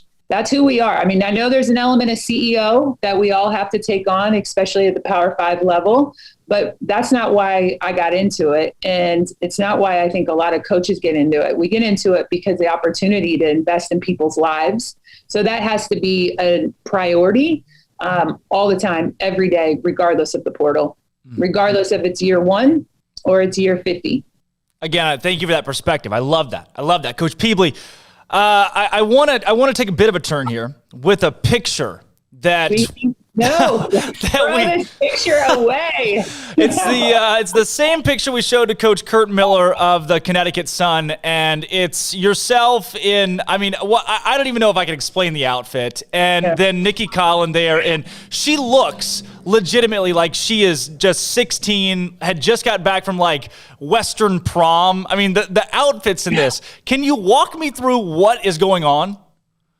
Okay, well, this was nowadays everybody does a big photo shoot day and they, put all that stuff out. So this was kind of pre that stage, but us trying to create a theme for a poster or something. And Tom, Nicki's husband, my previous boss, he was great at coming up with ideas. And he wanted to take the Fort Collins cowboy theme. And my job was to go and find a company that was going to let us borrow some Western wear. And I will tell you, I don't think any of us had ever been on a horse before either. So we had to find Western wear. We had to find a place.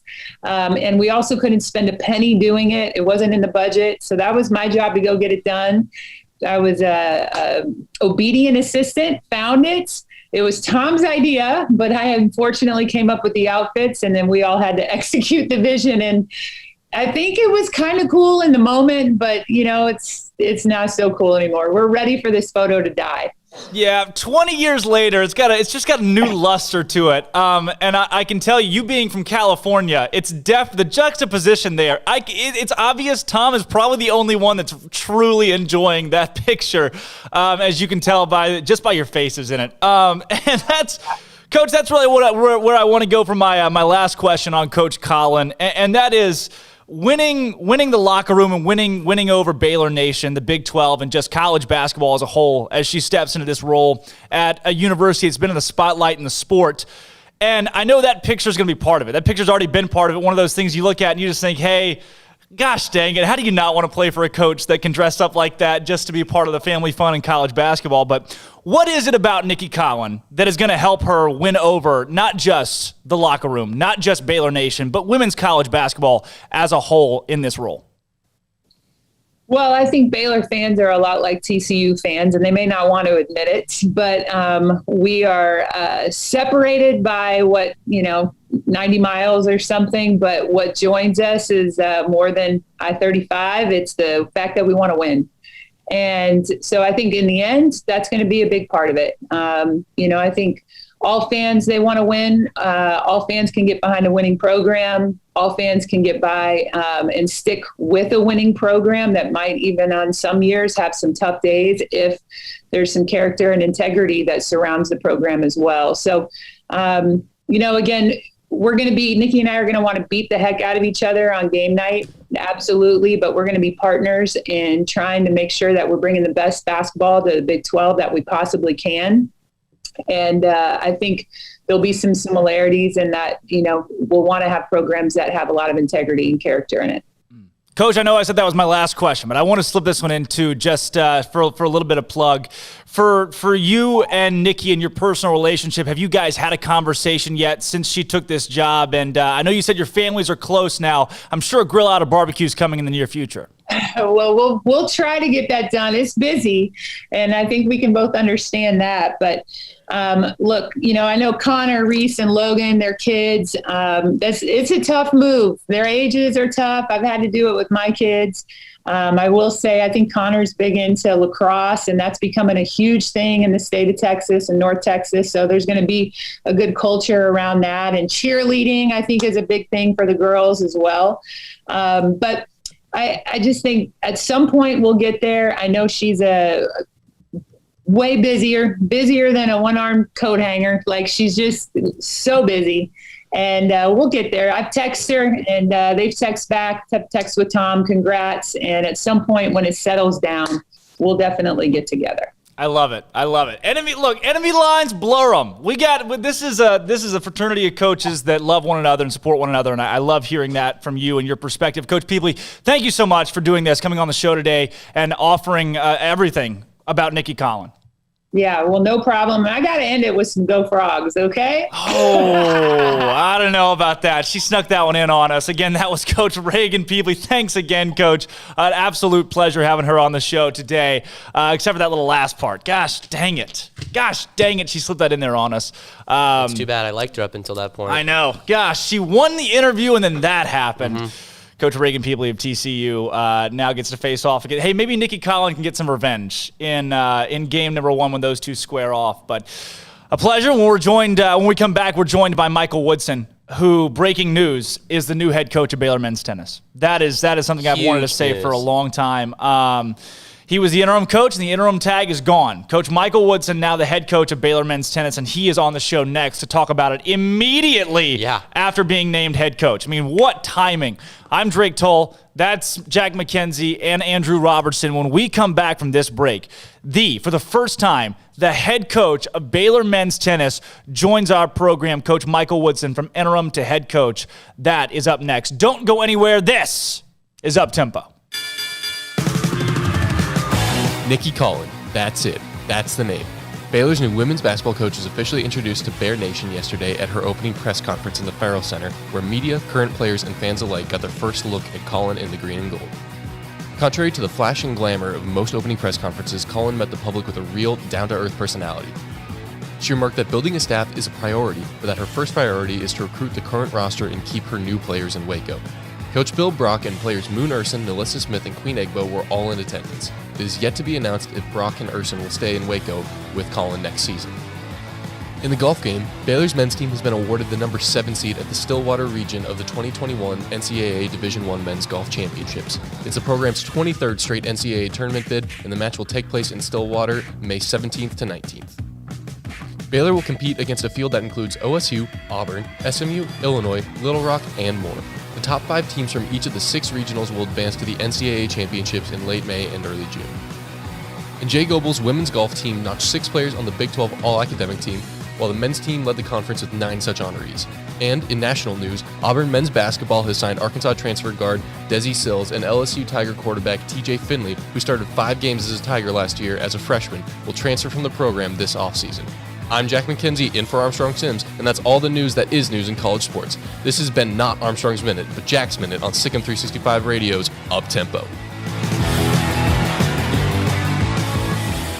With so many companies and policies out there, it gets so confusing shopping for insurance, and I never know if I'm getting the policy that's right for me. Luckily, I met the team at the Nicki Group Insurance Agency. With the Nicki Group, you can go to one company and get access to coverage options from many insurance carriers, and you get to speak to a real person about your specific coverage needs. With the Nicki Group, I know I'm getting the right coverage at the right price. If you need insurance, talk to the experts at the Nicki Group at 1-800-258-8302.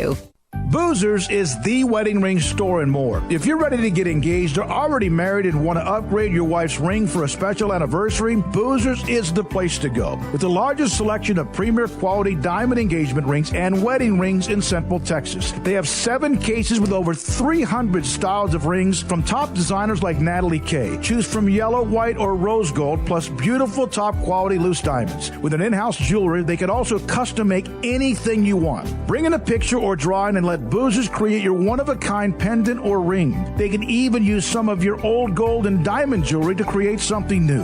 At Boozers, you'll find a great selection of quality timepieces, and Boozers is the place for expert watch maintenance and repairs too. They specialize in expert Rolex watch repair for fine jewelry, watches, custom work, and more. Go to Boozers on Valley Mills and Lake Air Drive in Waco. Boozers, the wedding ring store and more. How did Edward Jones become one of the biggest financial service companies in the world? By not acting that way. Financial strategies, one-on-one advice, it's a big difference. And that's why Brad Wilson, your Edward Jones financial advisor, makes sense of investing. Experience the difference for yourself. Brad Wilson, 250 Sharon Drive in Woodway, 254-776-4337. Edward Jones, member SIPC. Riverbend Liquor and Wine has their easy-to-access drive-thru open and convenient and clean in-store location on the corner of Lakeshore Drive and North 19th Street in Waco. Riverbend Liquor has the best and most extensive variety of craft beer selections in Waco, and Balcones whiskey, including single malt, pot still, baby blue, rye, brimstone, and the all-new lineage in stock. Riverbend Liquor and Wine, family-owned and operated, and a hidden gem in Waco on Lakeshore Drive and 19th Street. And find out more on Facebook and Instagram. It's a name and a memory that called us back. It's a belief and a labor that will carry us forward. It's a time and experience that will make you return. The new Bear Ridge Golf Club, a space revitalized, a course restored, a new experience. For a tee time today, call the Pro Shop at 254-848-7800. Go to BearRidgeWaco.com, just south of Waco on Highway 84. Come join us at Bear Ridge Golf Club.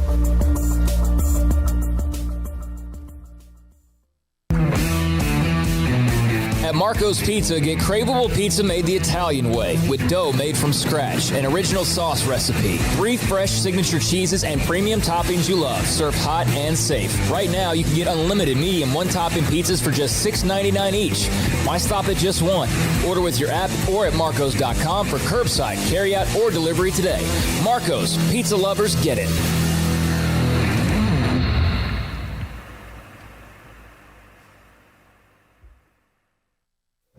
Stepping into the boots of a U.S. Army officer can add confidence and leadership skills to your son or daughter's career path. See all the things they can achieve in our boots at GoArmy.com. U.S. Army Waco Recruiting Company, 254-598-8131 or 254-776-1543. Welcome back to Up Tempo on SicEm365 Radio.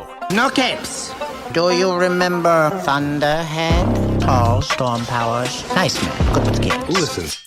Call us on the Impact Health Labs caller line at 254-339-1122. Diner guy, snag on takeoff. Splash down, sucked into a vortex. No kicks. Here's Drake Toll and Armstrong Sims. Welcome back into the Petty Clinic Low T Bears Den. Happy Thursday, everybody. It's a big week in Baylor athletics. We're talking a lot of women's basketball. You got baseball, softball going on. The men's tennis team, the number 2 overall seed in the nation, and hosting the NCAA tournament round 1 and 2 coming up this weekend on both the men's and women's side. And the latest and just biggest breaking news, when is the press conference where they like shoot the fire out of the cannons and like walk you into the Farrell Center? Coach Michael Woodson, for the first time ever as the head coach of Baylor men's tennis, joins our show. Coach, thanks for coming on as always. Thanks for having me. It's always a pleasure. When I'm going to go right back to it. I want to know, like, we've got to do some kind of parade or something. Like, this is awesome. As of 30 minutes ago, the news breaks that you're officially the head coach, no longer the interim. What's your immediate reaction? I'm just happy to still be here at Baylor. To have the opportunity to serve this great program and to work with these young men day in and day out with the incredible staff that surrounds us all is really special. My family's grown to really love Waco and love being here, and we want to raise our kids here. We're just so excited, that we get to be associated with such an excellent program, like the one we have, as well as the athletic department. I mean, Baylor athletics is synonymous with excellence, and that's, exactly where we want to be as a family, and excited to continue to be here moving forward. Coach, I don't want to speak for you, but I can only assume in the conversations that you and I have had on this show that you weren't, over the course of this season, coaching for your job with that at the forefront of your mind. You've been worried about these players and this team. Am I correct in that assessment? Yeah, I haven't thought about it at all. The idea of, what am I going to do at the end of this year? What's going to happen in the future? I mean, we certainly, as parents, we think about making sure that we provide the best possible opportunities for our kids and give them a great experience in life and raise them as best we can. But I think my life experiences have really taught me to, make the most out of each and every day. And an opportunity to lead this program, even for one day, is well worth, however much work needs to be put in, and we're just trying to make the most of it. And, these guys, we're just trying to serve the players as best we can. And we know that will lead to great things for them and for this program.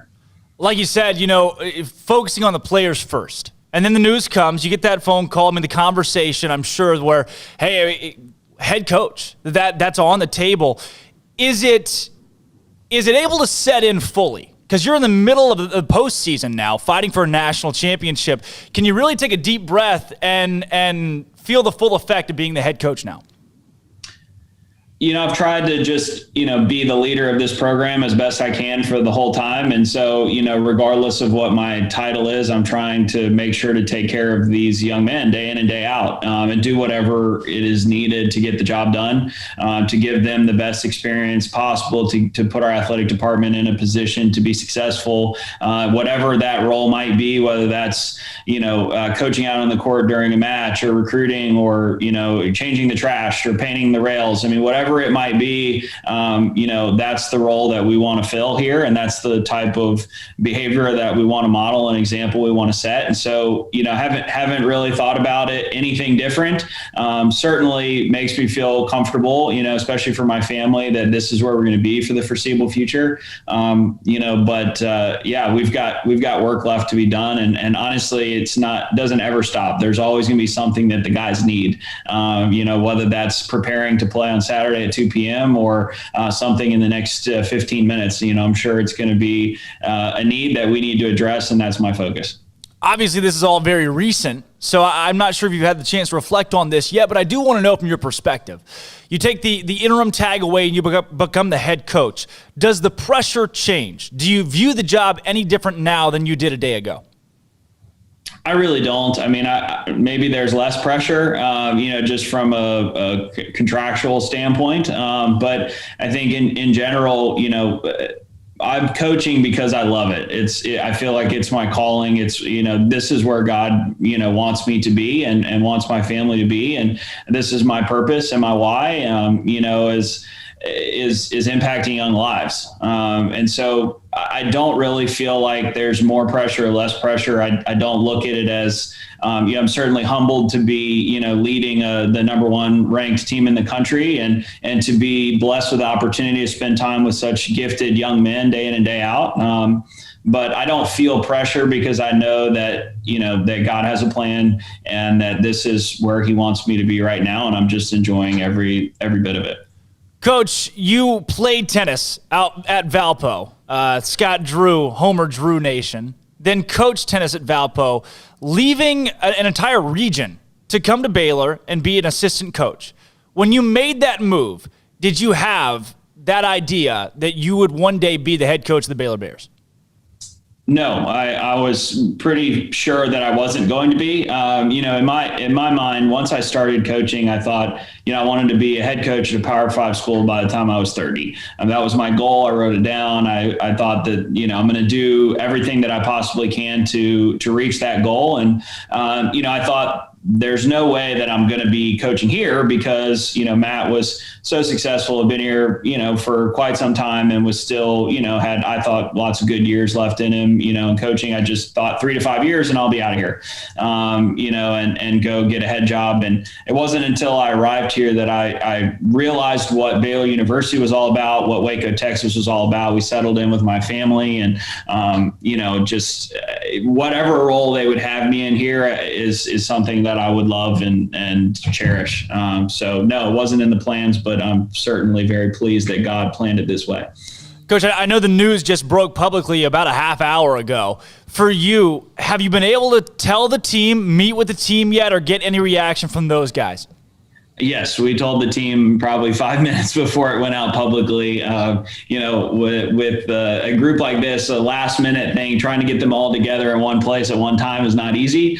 But thankfully, COVID testing put them all in one place at one time. So we were able to break the news and let them know. I wanted to make sure that they knew before anybody else. I will tell you, I ran into a few of those guys at a softball game this past weekend, and it's a rowdy bunch. They've got, when someone yells the word Baylor, you best bet the rest of those tennis guys they're gonna be yelling Bears. I've got to know, what was the celebration like for those guys? Because like I said, they know how to party. Those guys were excited. I mean, I think it was. There wasn't too much jumping up and down. It was a healthy applause and a lot of hugs. I think we got it on video, so I'm excited to see it afterwards. But I think they're excited, but they also, I don't know if this comes as a huge surprise for them. I feel like they're pleased with everything that's going on here. And I think that was just kind of their vision. We haven't ever talked about it. We haven't ever talked about what's going to happen beyond this year. The guys are focused on making the most out of each day. And I feel like I think it was good news for them. And then we move on.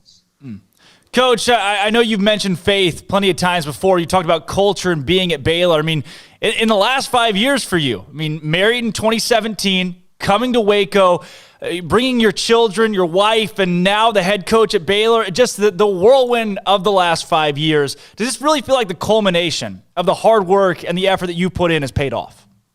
I feel like it's the hard work of so many other people as well. And just God placing incredible people around me to help me mature and develop both on and off the court, as a coach, as a person.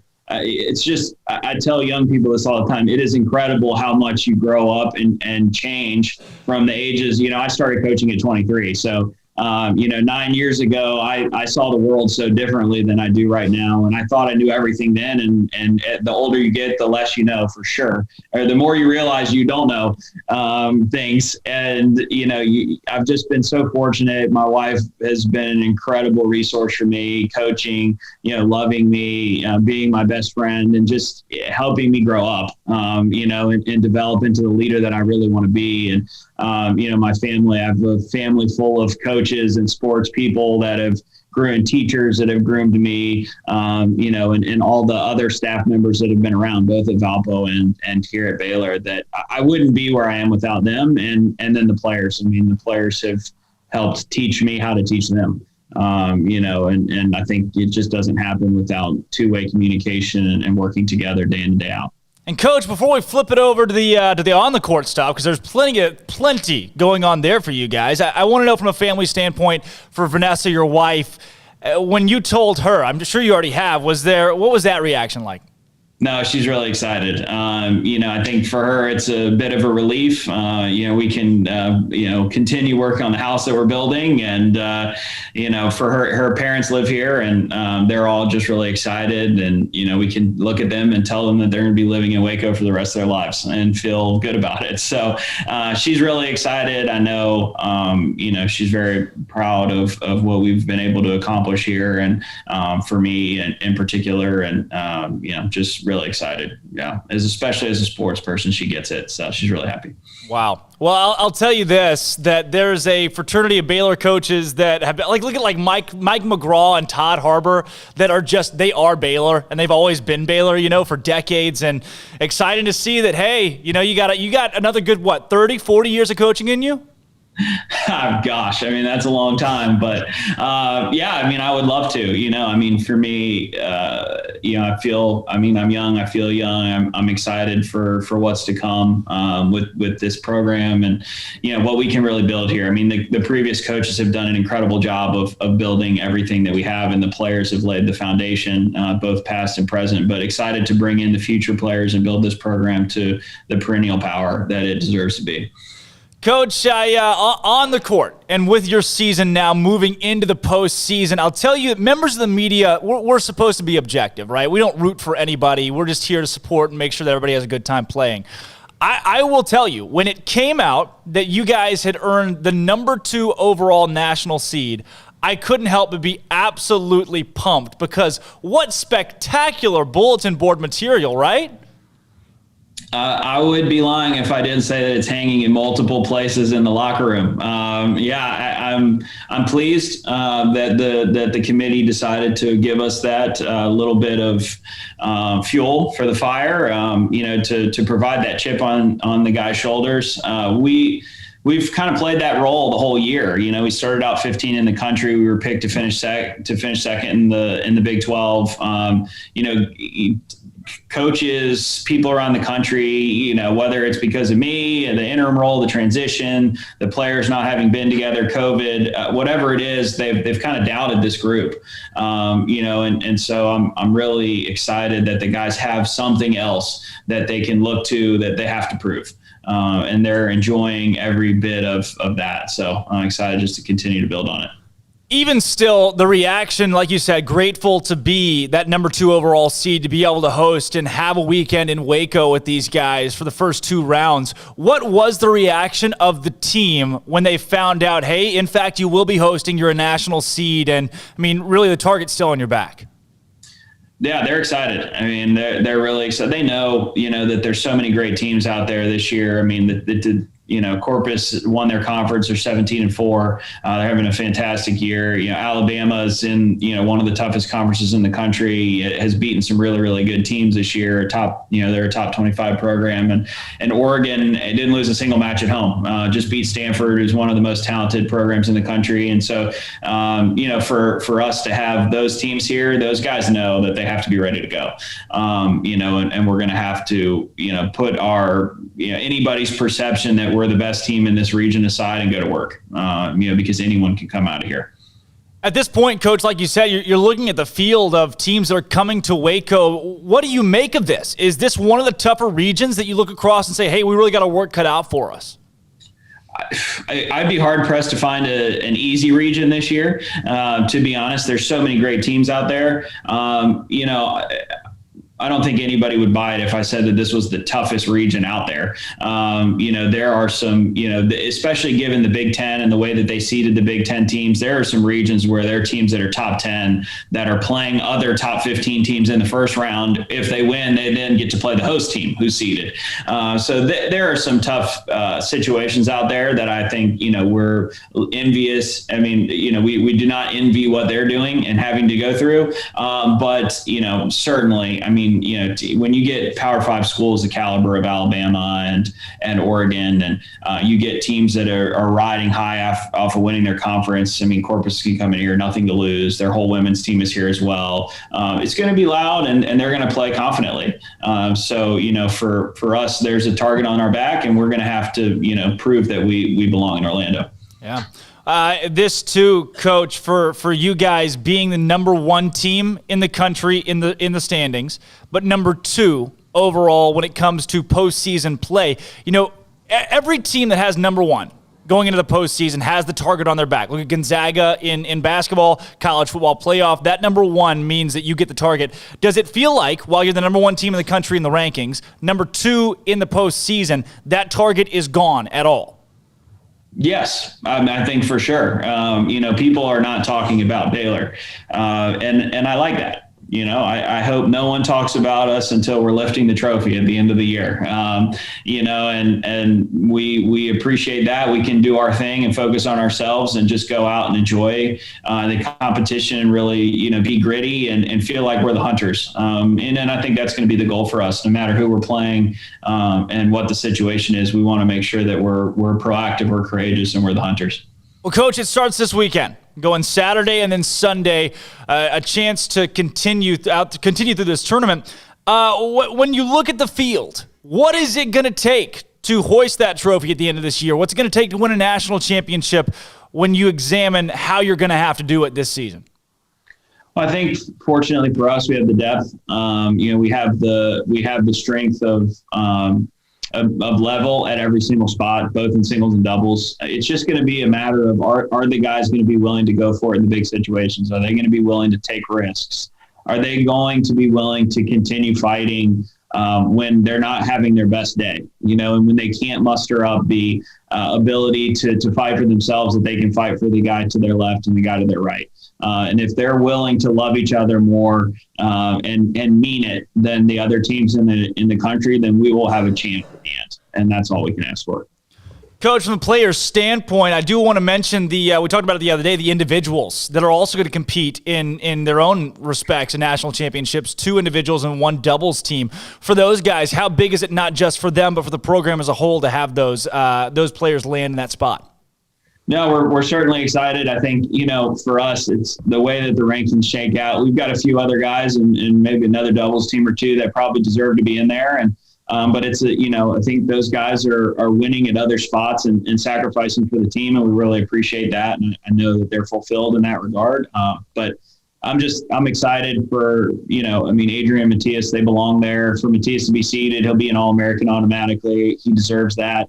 I know Adrian, will not be satisfied until he wins the tournament or plays Matthias, whatever happens sooner.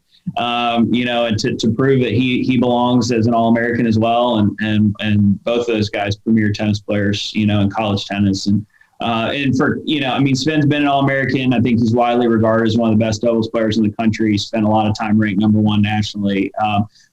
So obviously he deserves it. But for Connie to be an All-American, seeded in the NCAAs is a huge deal. And he deserves it. He missed it by 1 spot last year when the season got canceled. They were 11 and they gave All-American stats to the top 10. So for him to get in there after everything that he's been through is probably the most meaningful thing for me, for all of those guys. Coach, last couple of questions for you. I want to know on that front, when you've got players that are competing for individual national championships, how do you, from a player's standpoint and from a coach's standpoint, keep those guys focused on the team game that comes first? I think that's a cultural thing. I feel like the guys that, love the team and care about each other the most are going to be more focused on that and understand that all we can control is each day. So if it's a practice day, then we're going to go out, we're going to make the most of that opportunity to practice. If it's a match day, we're going to give everything that we have for the team and try to be better on the day, and improve as an individual and as a team. And when the individuals come, it could be the day after we play in the national championship match, win or lose, and they're going to have to get up and play, and so I think that's probably pretty far off in their minds. At least I hope it is. And, I know they'll be ready for it, but certainly not looking past what's coming here on Saturday. And Coach, last question for you before we get into our Bear games today, being everything that's happened in the last couple of weeks for you. Big 12 championship, you got to share it, and then you win it outright in Waco. Then you get the head coaching nod, and now you're seated number 2 overall. I mean, it just one after another after another. Have you had a chance to just sit back, take a deep breath, and take it all in? No, I haven't. To be honest, I mean, when I have a second, I want to make sure that I'm spending time with Vanessa and the kids. And there's certainly no sitting back and taking a deep breath with 2 little girls. Whether it's playing hide and seek or playing blocks or, going for walks and picking flowers, or screaming, whatever comes. I feel like those are the things that we're, spending time on. I've had an opportunity to go out on a couple of dates with Vanessa and to be able to, have her parents watch them. Those are the things that I want to spend my time on anyway. And so though I haven't been able to take a deep breath, I'm sure it will come at some point during the summer and can enjoy it then, but just, appreciating the ride right now. And Coach, our Bear Games question today, I want to know what you thought about it. Yesterday's press conference with Nicki Collen being welcomed into the Baylor fraternity of head coaches that Mack Rhoades called the best in the country. I know you got to be there to see her and get to hopefully get to meet her soon if you haven't already. What did you make of her opening remarks? I was really, really impressed. I usually call it how I see it. So, I'm sure I'm supposed to say that it was really good, but to be honest, I was super impressed with her. She ran and runs in some of the same circles as my stepmom, and my stepmom is the same age as her, played at Valparaiso. Her women's basketball, coached at Louisville right before Nicki got there as an assistant. So they are familiar with each other and my family's familiar with her.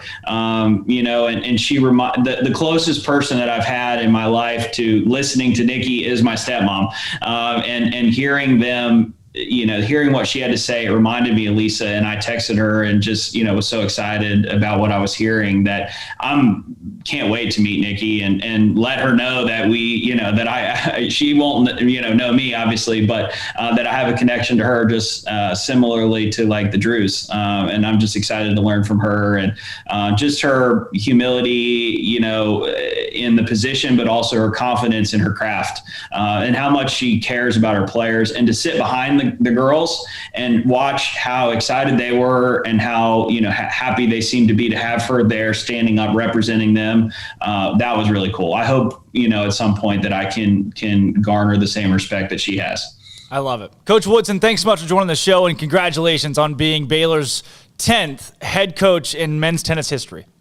Appreciate it, Drake. Thanks for the time, as always. Absolutely. Again, that's Michael Woodson, the head Baylor tennis coach. Let's go.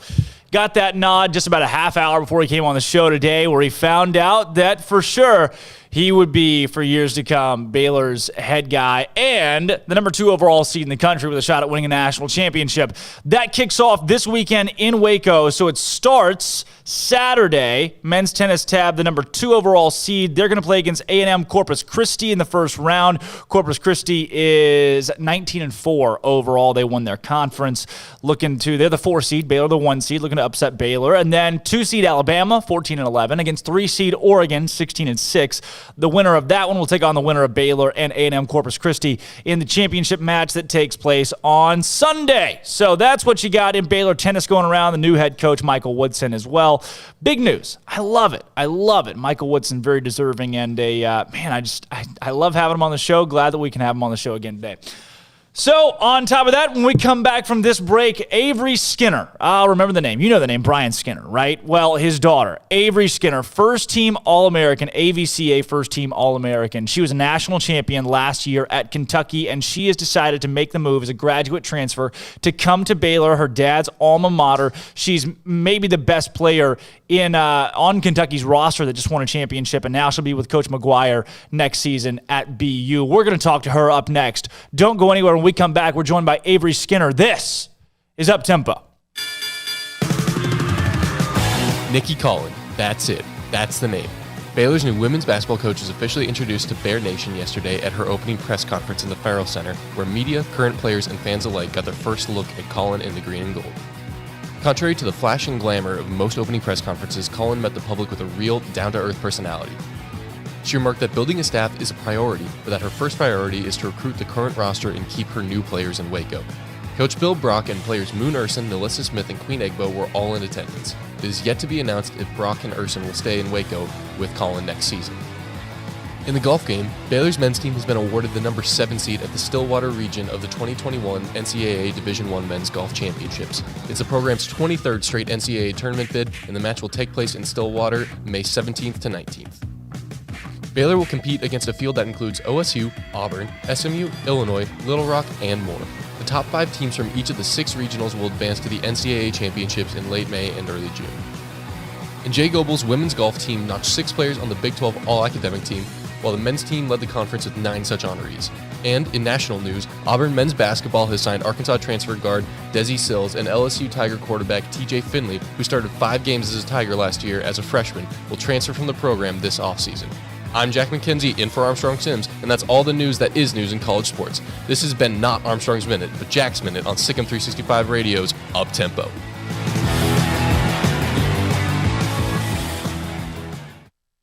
The Jeep Celebration event at Allen Samuels has special pricing on the new 2021 Jeep Renegade Latitude with total values up to $5,250 or 0% for 84 months. Or a special deal on a new 2021 Chrysler Pacifica Hybrid Limited with total values of $7,000 or 0% for 72 months. It's the Jeep Celebration event at Allen Samuels, the best place to find your new vehicle. Located at 201 West Loop 340 in Waco. Come by. Let's be friends. See dealer for details. All offers have credit requirements.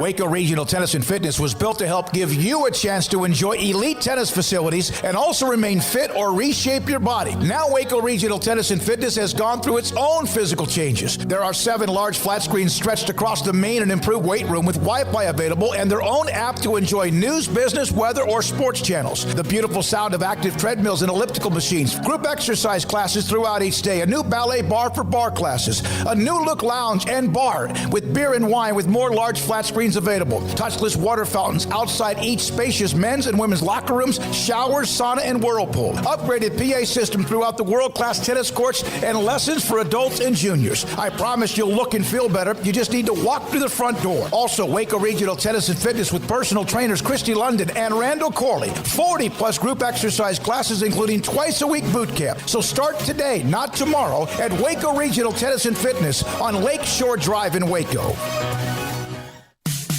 In the market for a quality metal building? Since 1943, Pioneer Steel and Pipe has helped Central Texas residential and commercial customers with metal building design, panel options, building components, and trim options. Pioneer Steel and Pipe's residential line is energy efficient, offers low maintenance, reduces insurance payments, is impact resistant, and carries up to a 45-year limited warranty. In addition, they can also help you find a metal building contractor for your project. Pioneer Steel and Pipe with locations in Waco and Bryan and at pioneeredboys.com.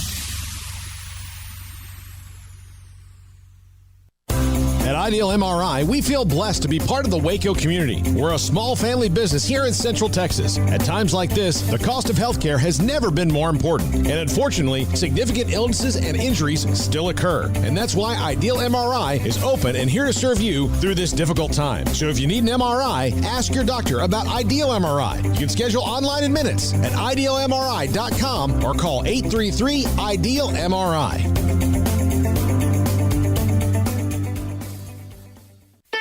Don Humidor, your home with a 48-foot walk-in humidor with the elite cigar brands from around the world, including the #1 cigar of the year, Aging Room Cuatro Nicaragua. Plus, they have the great brands like Macanudo and Artur Fuente, Rocky Patel, Aston, and so much more. CBD, great for sore muscles, aches and pains, sleep, Vita Dreams, and anxiety, mild depression, general health and wellness. Their staff very knowledgeable on the subject. If anyone is curious about CBD, ask Carol and Ashley. Don Humidor in the Townwest Shopping Center off Valley Mills in Waco. At Baylor University, students find their place to shine. They're faithful friends and inspirational leaders. They're championship teammates and independent thinkers. They're on the cutting edge of high tech and in the halls of history. If you want to make the world a brighter place, you can. And if you want to shine in your own way, you can. The spark you need is already inside you. Bring it to Baylor, where lights shine bright. I got breaking news here. We got Western Athletic Conference just announced they're adding several schools. The WAC. The WAC. Okay.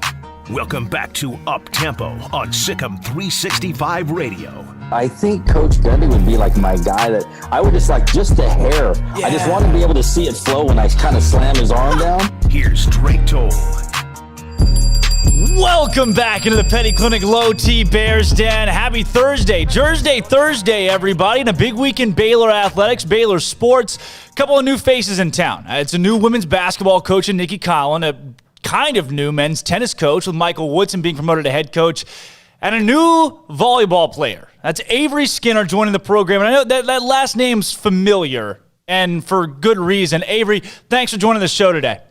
Of course. Thanks so much for having me. A pleasure having you. And like we kind of just talked about off the air, I would love to say welcome to Waco and congratulations, but I'm sure you've been to Waco a time or two in the past. Yeah, just a couple.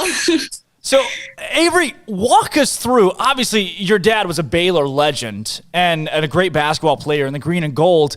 Take us through kind of your Baylor story, kind of your path growing up. I'm sure you grew up a Bear fan.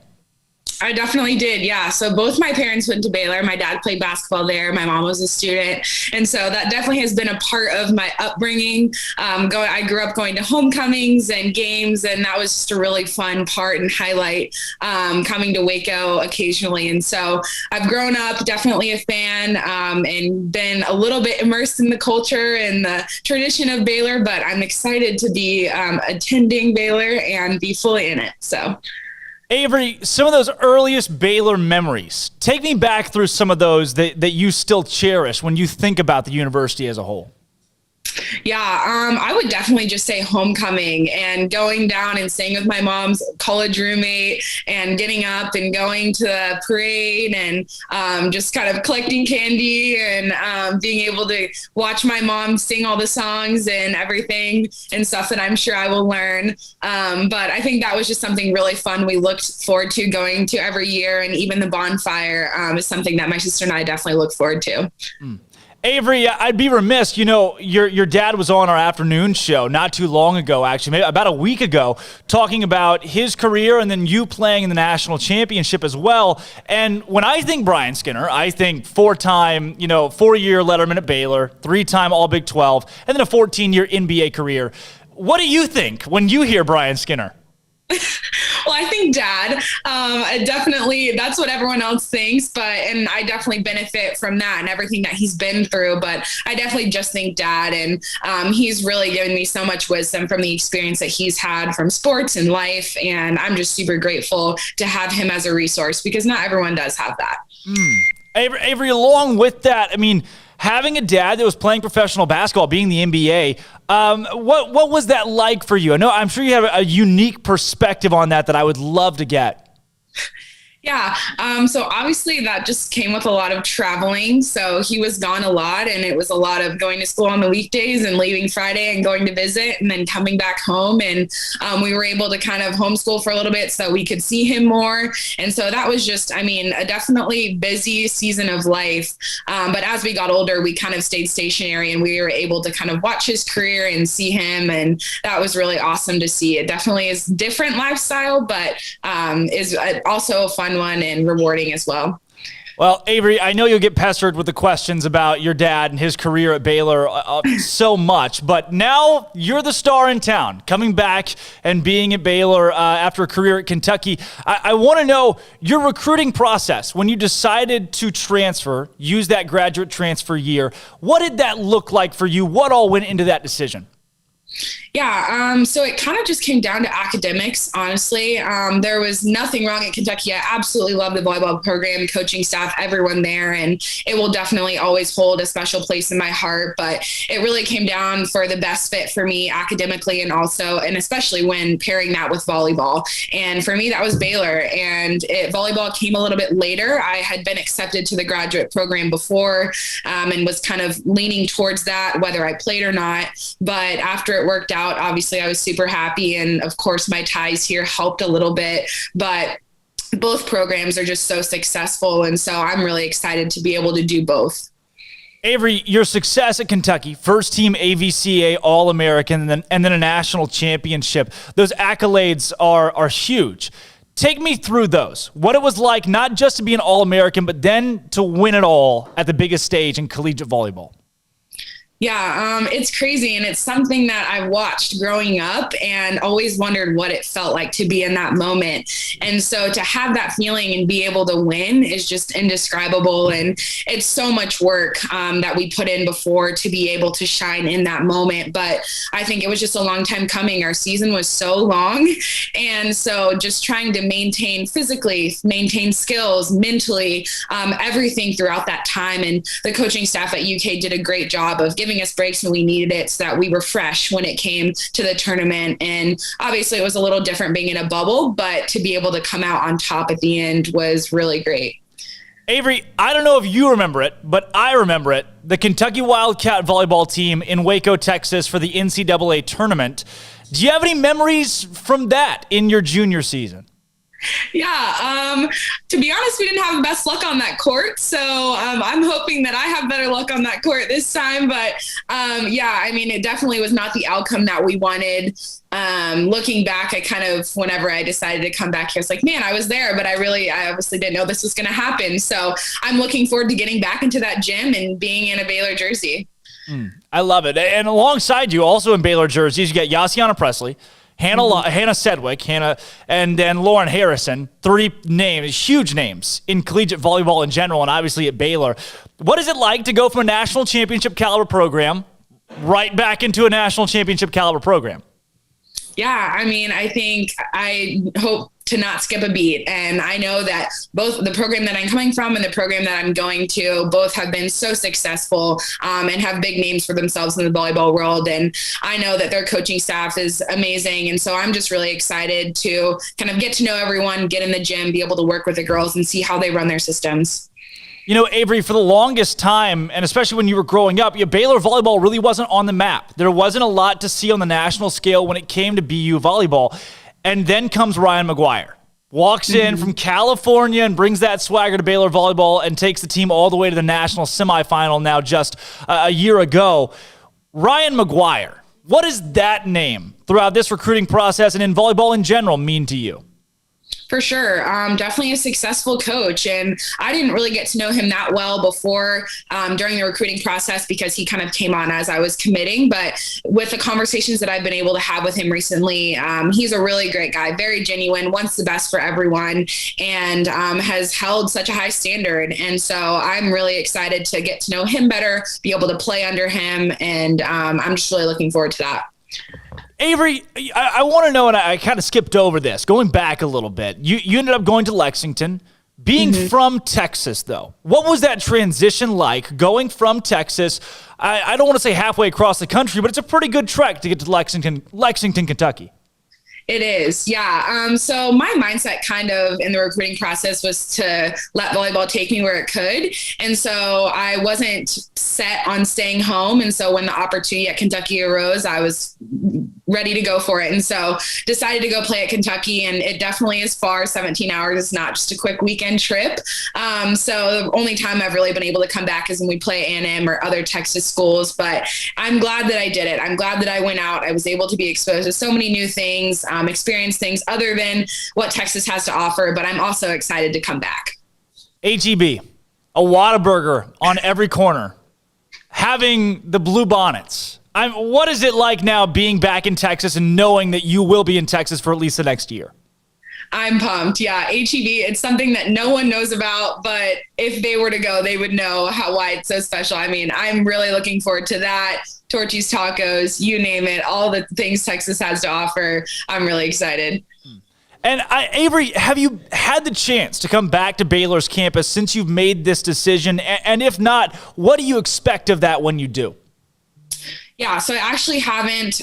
We were obviously playing and then we came back and I'm finishing up finals week. So I haven't had the chance to go back. Hopefully in the next week or so, I'll be able to be there for a couple of days and meet everyone in person and everything. But I'm really excited. We start in the summer. So I'll be on campus quick, starting school, starting workouts and everything. So I hope to get acclimated pretty fast. Your schedule and your timeline, too. When do you expect to be in Waco, meet with the team, Coach McGuire and company in person, and be able to start working out with the squad?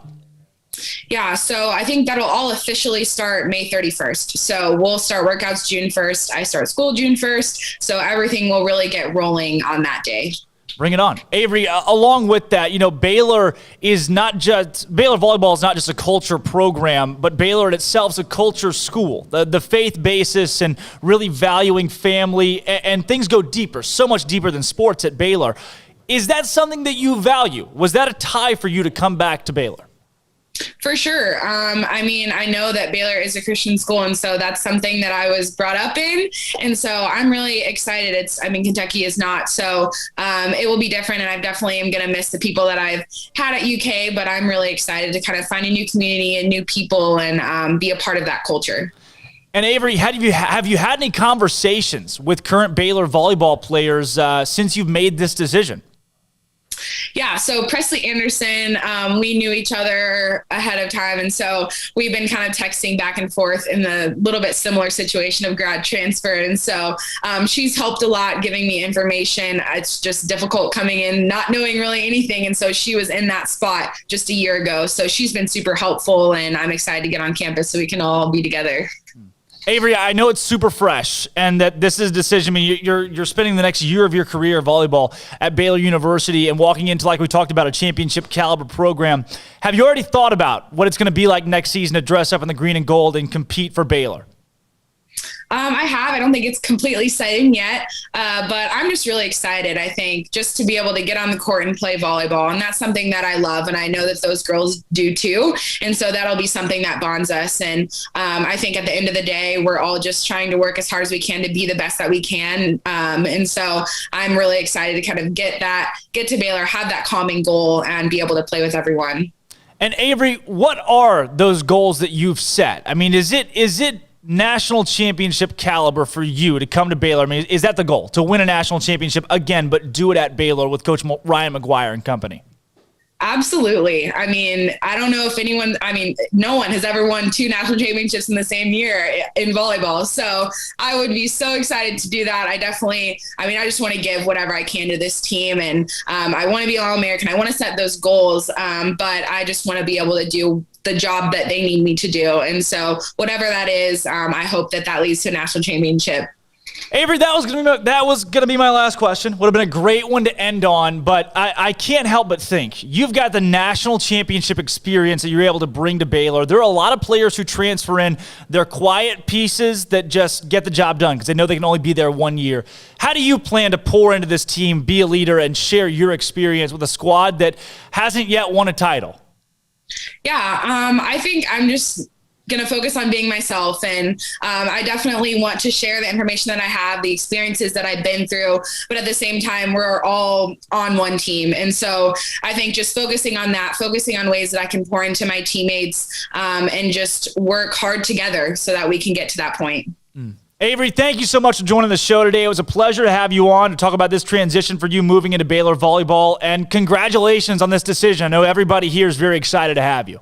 Thank you so much. Absolute pleasure. Again, that was Avery Skinner, not just a daughter of Brian Skinner. See, that can't be the thing. She can't be Brian Skinner's daughter. She is her own idol in her own respect in her sport. At volleyball, she's a Division I AVCA, first-team All-American, national champion at Kentucky. I mean, Brian Skinner is her dad. How does that work where she's not Brian Skinner's daughter? Brian Skinner's her dad.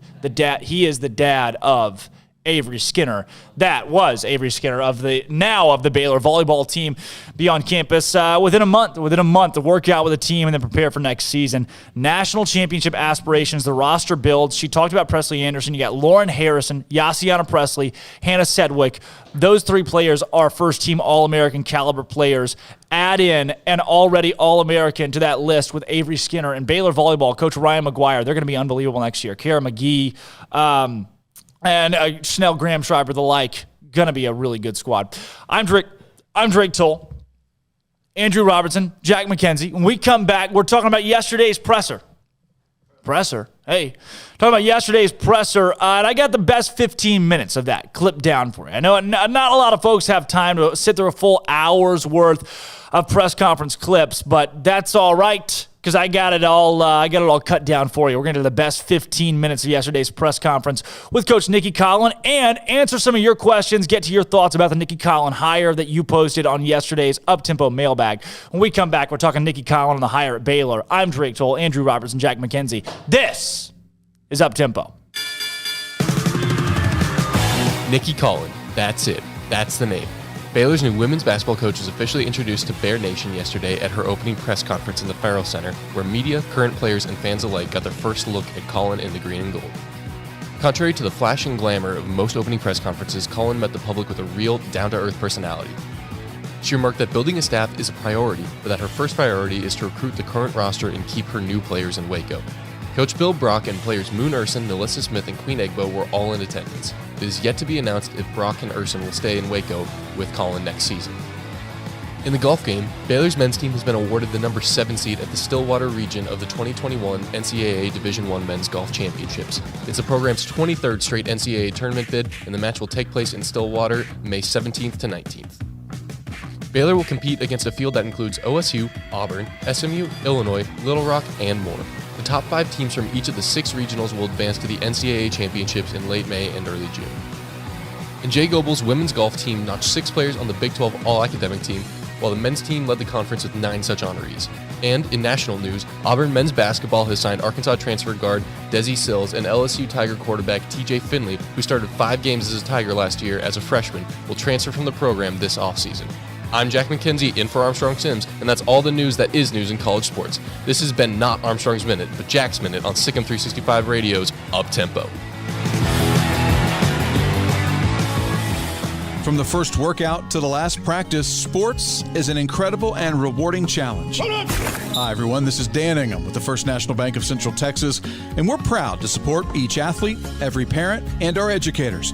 From families, small businesses, to the biggest industry, we're here to help. With remarkable products like mortgage lending, we've got banking ideas that fuel big dreams. The First National Bank of Central Texas. Familiar faces making local decisions. Member FDIC, Equal Housing Lender. Do you or your kids get nervous about going to the dentist? Stonewood Dental, Dr. Steve Childress, he can help. I've spent a career taking care of patients who as children had bad experiences, and now they're adults that hate going to the dentist. If I get a kid at 3 years old and they come every 6 months and it's a happy experience, it's normal for them. Now they have an accident at 6 or 7 or 8 at school. Now they have a broken tooth or a trauma, and they have to come here. They're used to lights, they're used to water in their mouth, they're used to experience, they already trust us. It's amazing what we can do with that kid without it being a negative thing. But if I see a 6 or 7 or 8 year old that's never been to the dentist, and now they have a trauma or an unfortunate unexpected toothache, it's harder to do that for that kid and it not be somewhat of a negative experience. So bottom line is I try to teach kids and adults and teenagers and everybody the way I'd want my family treated, which is where it's a necessary part of life. You just take care of it. It doesn't have to be that big a deal. Learn more, stonewood-dental.com. Born in Waco, Brotherwell Brewing exists to serve the Central Texas community with locally crafted beer of the highest quality. They want to bring Central Texas closer to the brewing experience so everyone can enjoy well-made beer as much as they do. For 2.5 years, they've been bringing high-quality beer to Central Texas at their location on Bridge Street in East Waco. Brotherwell Brewing believes in community and bringing people together to enjoy products made in their community. So for your game day, whether it's a tailgate or at home, stop by Brotherwell Brewing for high-quality craft beer made right here in Central Texas, 400 East Bridge Street, and check them out online at brotherwell.com.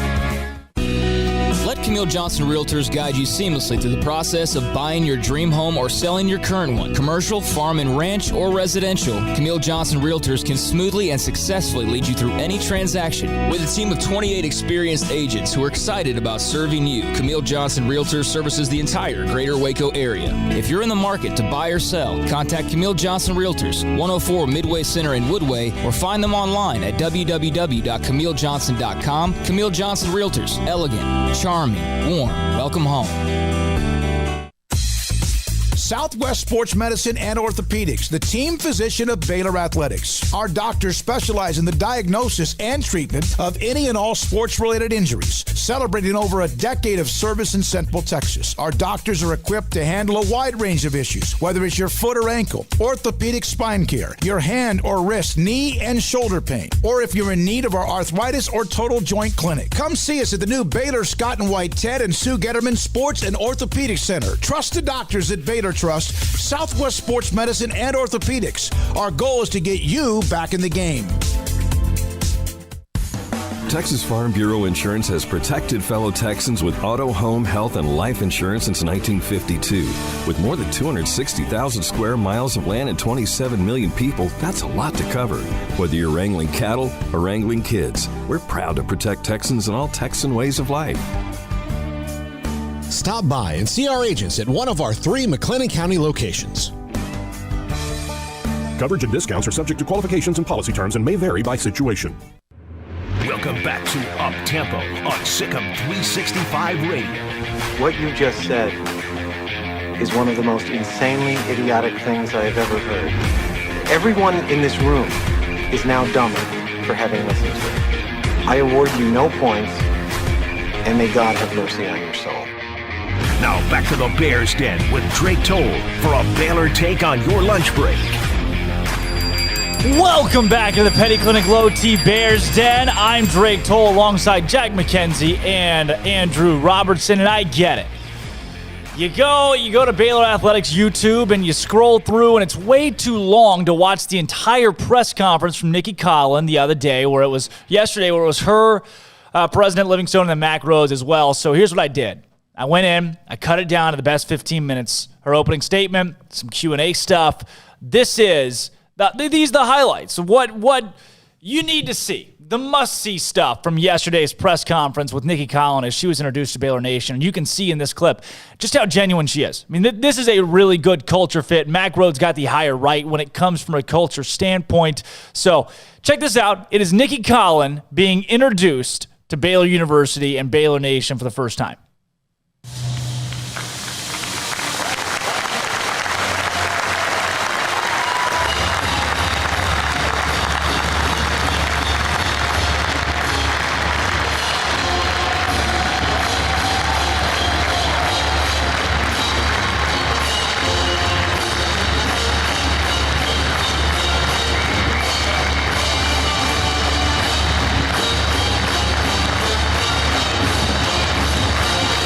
I'll tell you a little bit about me, and then I'll tell you a little bit about why Baylor. Okay, so first of all, we've got to thank and give a big hand to Kim Mulkey.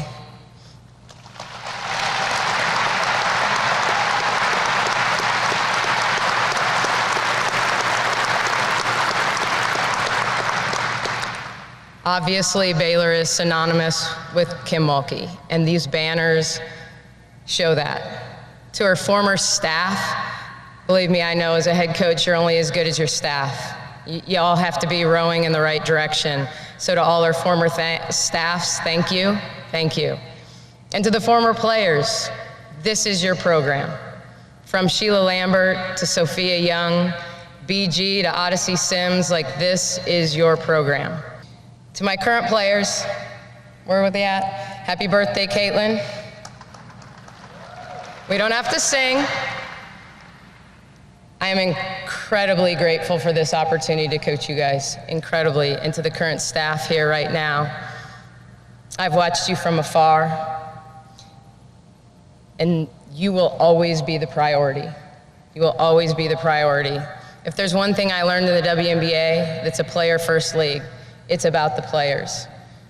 It's about the former players, it's about the current players, and it'll be about the future players. I can't wait to get started, whether it's in the locker room, diagramming plays, on the court.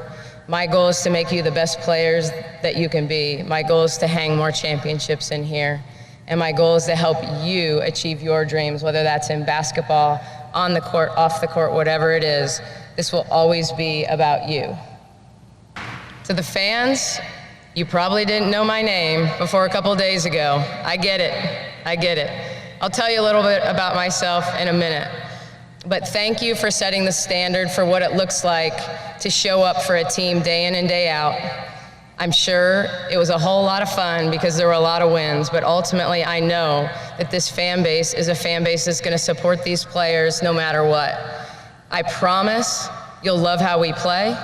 I promise I'll carry on the transition well. We're going to play the right way. We're going to compete hard.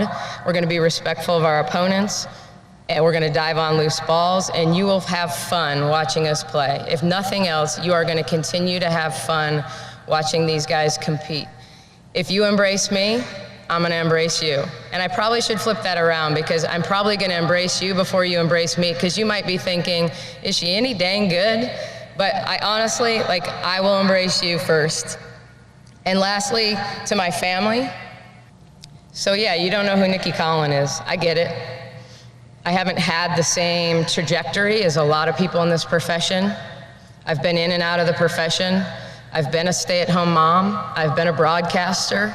I've been a WNBA coach. I've been a college coach. I've been all over the country. And it doesn't look like anybody else's path. But I loved every step of the way because it got me here. And I wasn't looking. A week ago, I was planning for a WNBA season. But who am I? I'm a kid that fell in love with basketball in the 5th grade when I hit a game-winning shot in a rec league game and my dad was coaching. I played for Pizza Hut and we beat American Family Insurance. But it was that moment. It was that moment. And you know, Oprah used to always talk about what's your aha moment? That was mine. That was my aha moment, because every step of my life since then has been defined by that orange ball. From falling in love with the game, to getting a college degree, to playing overseas, to getting involved in coaching and meeting my husband and having kids and following my husband's career and then making this mine, truly mine. It's been about that orange ball, you know? It was my first love, not my only love, but it was my first love. And the thing about me is that I'm still in love with it. I am still in love with the game. I'm in love with the coaching aspect of it, but I promise you, if I could still be playing, I'd rather be playing. So that's who I am. I live the game, I love the game, and I care about the people. I'm not very transactional. Rarely is a conversation gonna be 3 or 4 words or a sentence. A sentence turns into 2, which turns into a paragraph, which turns into a relationship. And so whether I retire here 20 years from now, which is the goal, or whether I'm a footnote in Baylor's history, I will always define myself by the relationships I build with our players, with my staff, with the people that I surround myself with every day. There's 2 reasons why I knew this was the right place. One of them, I accepted the job on my sister's birthday. My sister passed away 7 years ago after a really short battle with cancer. And it was just a sign. We're always looking for signs. It was a sign that I signed pen to paper on my sister's birthday. Whew, okay. The second story happened the day before, so it was May 2nd. It was the night before I signed the papers, and Max said to me, "You want to talk to Scott Drew?" I said, "Yeah, I want to talk to Scott Drew. Just won a national championship. Damn it, I want to talk to Scott Drew." So we talked. He talked. Let me take that back. He talked, right? Baylor's ultimate salesman. And at the end of the conversation, you know, of course, he offered to FaceTime my kids and make everything okay. But he asked if he could pray over me. And it was that moment, sorry, Mac, it was Scott. It was that moment that I knew this is the right place. This is the right place for me. It's the right place for my family. It's a place where we can, you know, I've always been spiritual. I've I grew up in a home that was that way. But it was very personal. I would have never talked about it. I would have never got in front of people, and 5 people or 10 people or 100 people, and talked about my faith journey or who I was that way.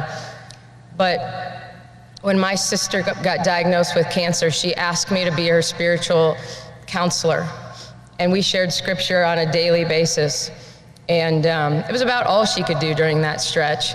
And it was such a, when I lost her, I said, I'm never gonna stop doing that. I'm never gonna stop sharing the word. I'm never gonna stop thinking it's okay to talk about it. At the same time, I never push it on people.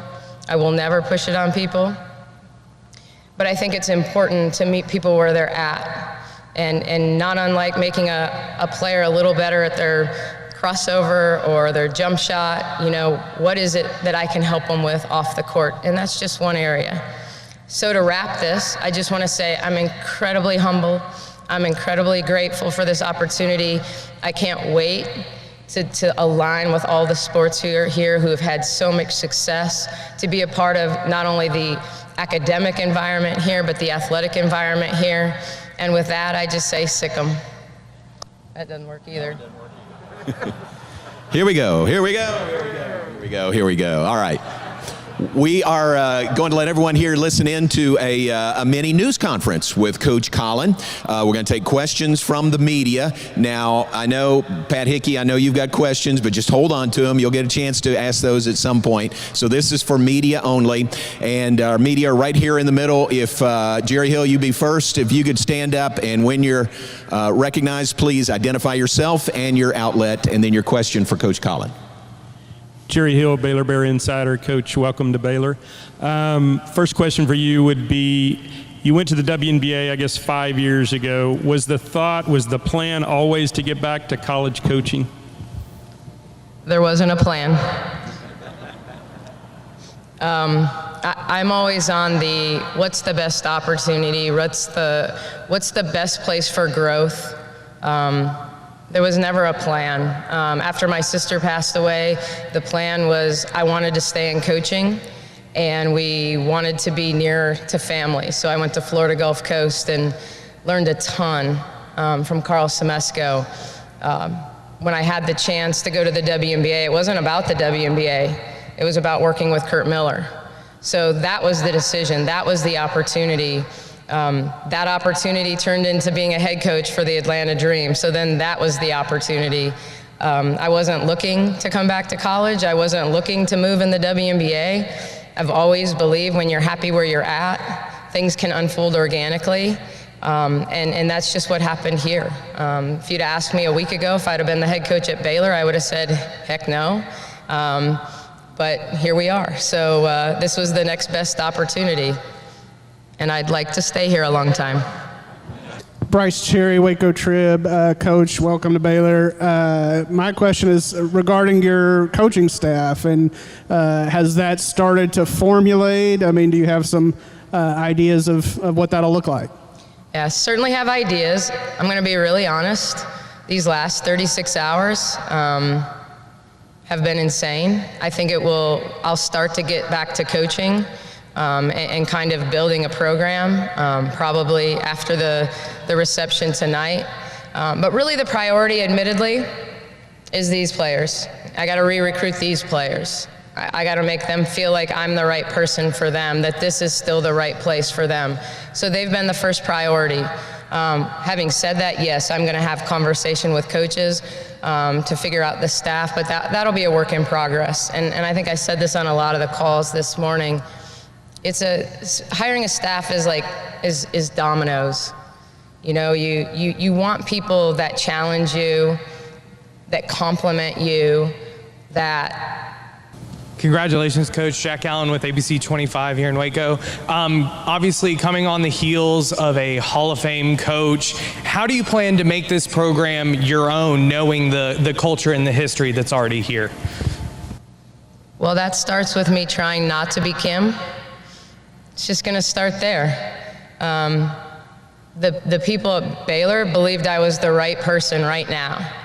So I'm going to be Nicki Collen. I'm going to be authentically me. I'm pretty straight shooter. I'm going to love on these guys. I'm going to make them compete. I'm going to make them accountable. The expectations haven't changed. Maybe how we do it has changed, but the expectations haven't changed. Hey, Coach, Drake Toll here from SicEm365 Radio. Congratulations again and welcome to Waco. For you, having not yet been a collegiate head coach, where do you find the confidence to do that and do that at a program like Baylor? I don't know.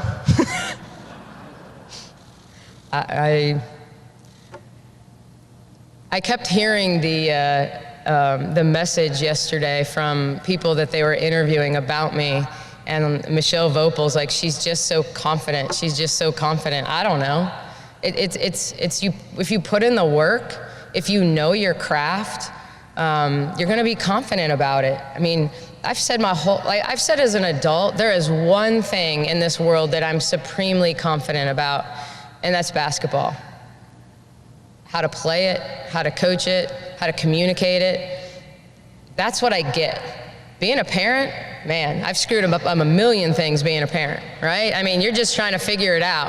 Basketball is the one thing that I'm supremely confident about, but it's because I've lived it for so long, because I love it, because I'm always learning, I'm always growing. I watch the NBA, I've sat in on NBA training camps. Like the pandemic created this really unique situation in the coaching profession that it became so much more collaborative.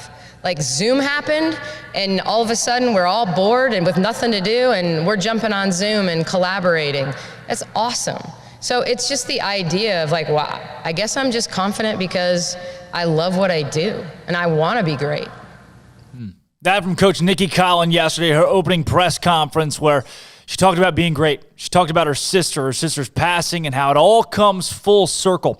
On top of that, Mack Rhoades also spoke, and I don't want to get to too much of that. You know, Mack was on the afternoon show on Tuesday and got to give his perspective on hiring Nicki Collen, but there was a 3-minute blurb where he had read an email from Chris Yanko, who had been alongside Nicki in Atlanta for years. And I want to get to this from Mack Rhoades, a little clip of him reading this email, which was one of the better moments of the press conference from his standpoint. Yesterday, I received an email, and it was about Nicki, and it wasn't a reference or a recommendation email. Rather, it was a confirmation email. And as I read the email, it captured why we hired Nicki. So if you'll allow me, I'd like to read this to you. This is an email, again, I received yesterday. Nicki, as you've come to learn in a very short period of time, is an amazing individual who will be a tremendous asset to Baylor. I've had the pleasure of working side by side with Nicki over the last several years and can share there is no equal. Our first year together in Connecticut proved she was much more than an assistant. She was nurturing, a teacher, a great observer, respected, and willing to help on any front. When we had the opportunity to bring her to Atlanta, there were no other candidates. She is loved by the athletes, staff, and fans alike.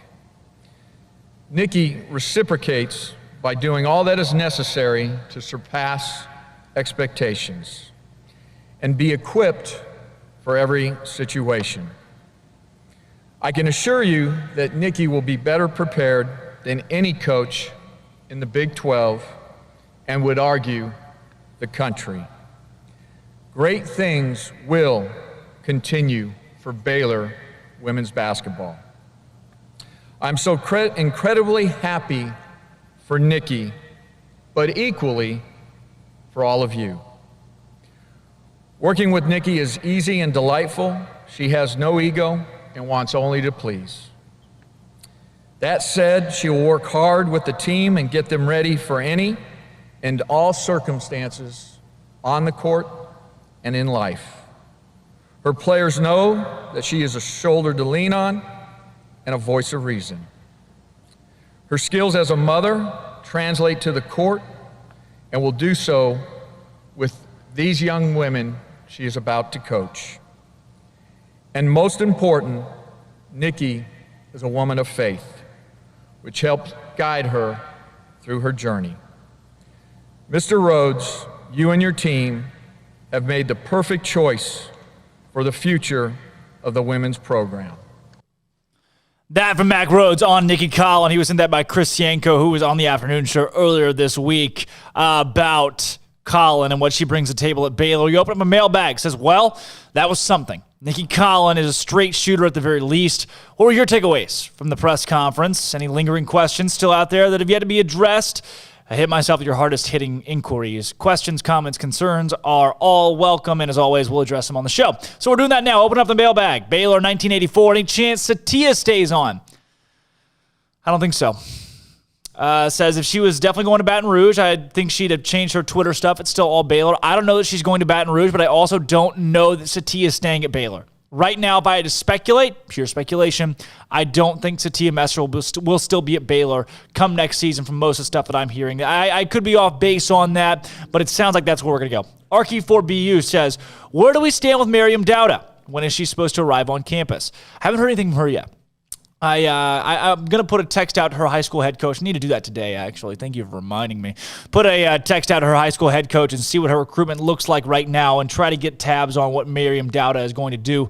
I can assume she has not yet publicly opened back up her recruiting, so one can only assume that Nicki Collen will recruit her own roster and recruit Miriam Dowda hard to start. Rufus G says, what's the over-under on the total number of transfers out among the women who were on the roster for last season before the start of school? Already have 2 transfers. One that went when Kim Mulkey was still at Baylor, and the other Hannah Gusters, who left when Mulkey left Baylor to go to LSU. Over-under, I would say... Over-under, I would say probably 3, and I'm going to hit, if it's already 2, I'm going to go over under 4. I'm going to hammer the under. I think it ends up being probably around 3 from what I've seen right now. Baylor is in a really good spot with players that want to stay, and that is huge. 3 Bears says, will her husband coach with her, and what about Bill Brock? Her husband was a head collegiate coach for decades. And I wouldn't be surprised if he's an assistant on her staff. Obviously, she's the head coach, but him being an assistant would not surprise me at all. And it says, what about Bill Brock?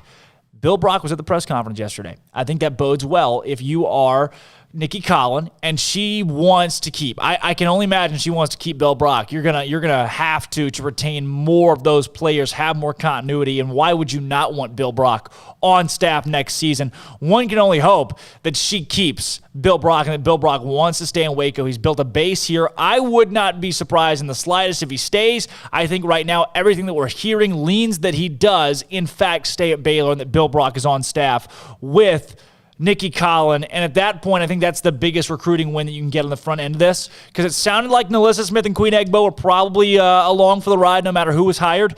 2 biggest recruiting jobs that at this point Nicki Collen can do, keeping Bill Brock, and number 2, getting Moon Urson to come back for another year, use her extra year of eligibility. Sam P82 says, does the current roster fit her desired style of play? If not, will she adjust the talent on hand? She will adjust. She's a coach that wants to win now, and she will adjust. So she's a defensive-minded coach. Guess who else was that? Kim Mulkey. Kim Mulkey valued defense. These players know what it's like to play at a high defensive level. This is a roster built for defense, and I can assure you that Nicki Collen, with her defensive mindset, will be just fine with this roster because it's a defensive-minded group. Baird89 says she absolutely killed it. I loved hearing her share from her heart. She paid tribute to Mulkey, but she's focused on the players and recognizes it's a huge change for them. We live at a time where players can up and leave. I know coaches have been doing it for decades, so I appreciate that she recognizes how unsettling this change is for the young ladies that Kim and staff recruited, and she's focused on selling herself and recruiting them. She has my support. The I can't believe Kim is gone tour is over. That's a really great way to put that from Bear 89. The I can't believe Kim is gone tour is over. It's Nicki's program now. It's Nicki's team, and that's it. I think everybody can get along with that. This says, here's some specific comments from the Trib this morning from Leonidas. She said part of her job as a WNBA coach has been to evaluate college talent. She's already familiar with much of the Baylor roster because, Baylor's that good. In particular, if Smith, the reigning Big 12 Player of the Year, comes back for the Lady Bears, Collen has a good idea how she wants to use the versatile 6'2" forward. Collen says, I think where her growth is going to be, if this is about Smith, I think where her growth is going to be is can we really help her grow in terms of her perimeter game? Can we truly stretch her to the arc? Can we get her dribble handoffs? Can we get her in open space where she can drive? Can she facilitate? 6'2", she's an elite athlete, but it'll be important for her to develop. So develop a perimeter game, shoot, and handle it. Nicki Collen already talking about ways they can improve NaLyssa Smith. And if I'm a player, I want to hear that. Coach comes in and says, hey, here's the way we can make, here are ways, tangible ways we can make you better. This says, along with having a plan for Lady Bears' best returning player, Collen says she'll implement more of a pro-style look on the offensive end of the floor. My goal will be to lead the league in total pick and rolls. I want to play early offense. We want to play in space. We're certainly going to rim run and post up. Hutto Bear says, I wish I could have been a fly on the wall when KM watched the presser. I wish I could too. I bet that was good. This too, were you able to get Molly for Friday's show? No, we haven't got Molly yet. We're still putting it in for that. Trying to, how neat would that be though? Come on. This, Leonidas says, Nicki mentioned that her daughter's national champion in competitive cheer. Is that a potential new recruit for Coach Mulkey in acrobatics and tumbling? Who knows? And then this says, Coach Felicia Mulkey was sitting just in front of me to the right. She turned and winked when Coach Nicki Collen mentioned having a daughter that competed in cheer. So that's a lot of the mailbag stuff we got to open up for today. I overall was impressed. Thought she was very genuine and enjoyed. I enjoyed the press conference for fact of I hung on to every word.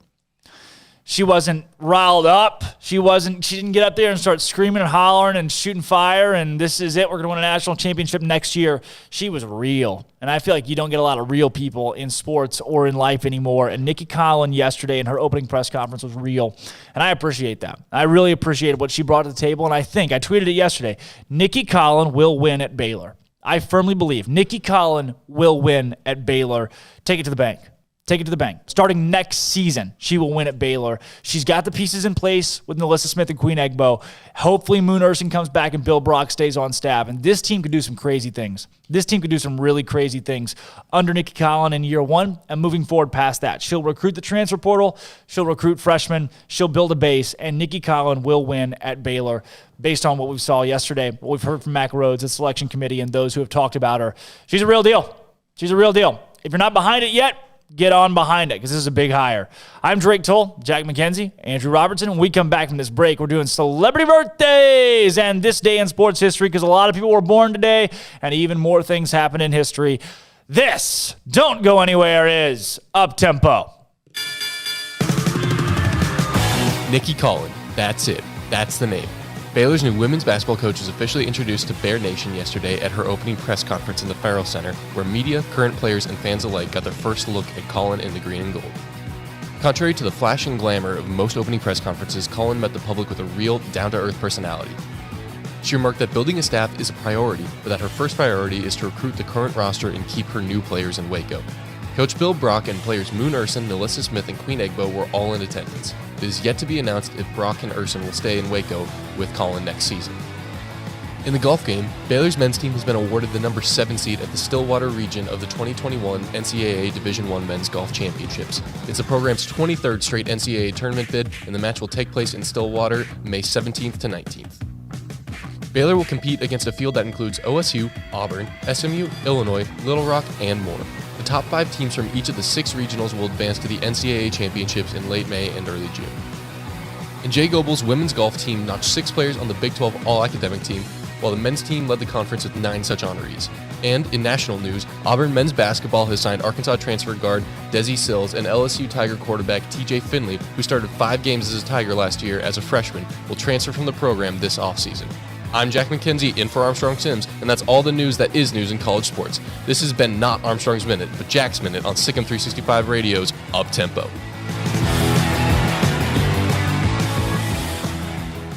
With so many companies and policies out there, it gets so confusing shopping for insurance, and I never know if I'm getting the policy that's right for me. Luckily, I met the team at the Nicki Group Insurance Agency. With the Nicki Group, you can go to one company and get access to coverage options from many insurance carriers, and you get to speak to a real person about your specific coverage needs. With the Nicki Group, I know I'm getting the right coverage at the right price. If you need insurance, talk to the experts at the Nicki Group at 1-800-258-8302. At Marco's Pizza, get craveable pizza made the Italian way with dough made from scratch, an original sauce recipe, 3 fresh signature cheeses, and premium toppings you love, served hot and safe. Right now, you can get unlimited medium one-topping pizzas for just $6.99 each. Why stop at just one? Order with your app or at marcos.com for curbside, carryout, or delivery today. Marco's, pizza lovers get it.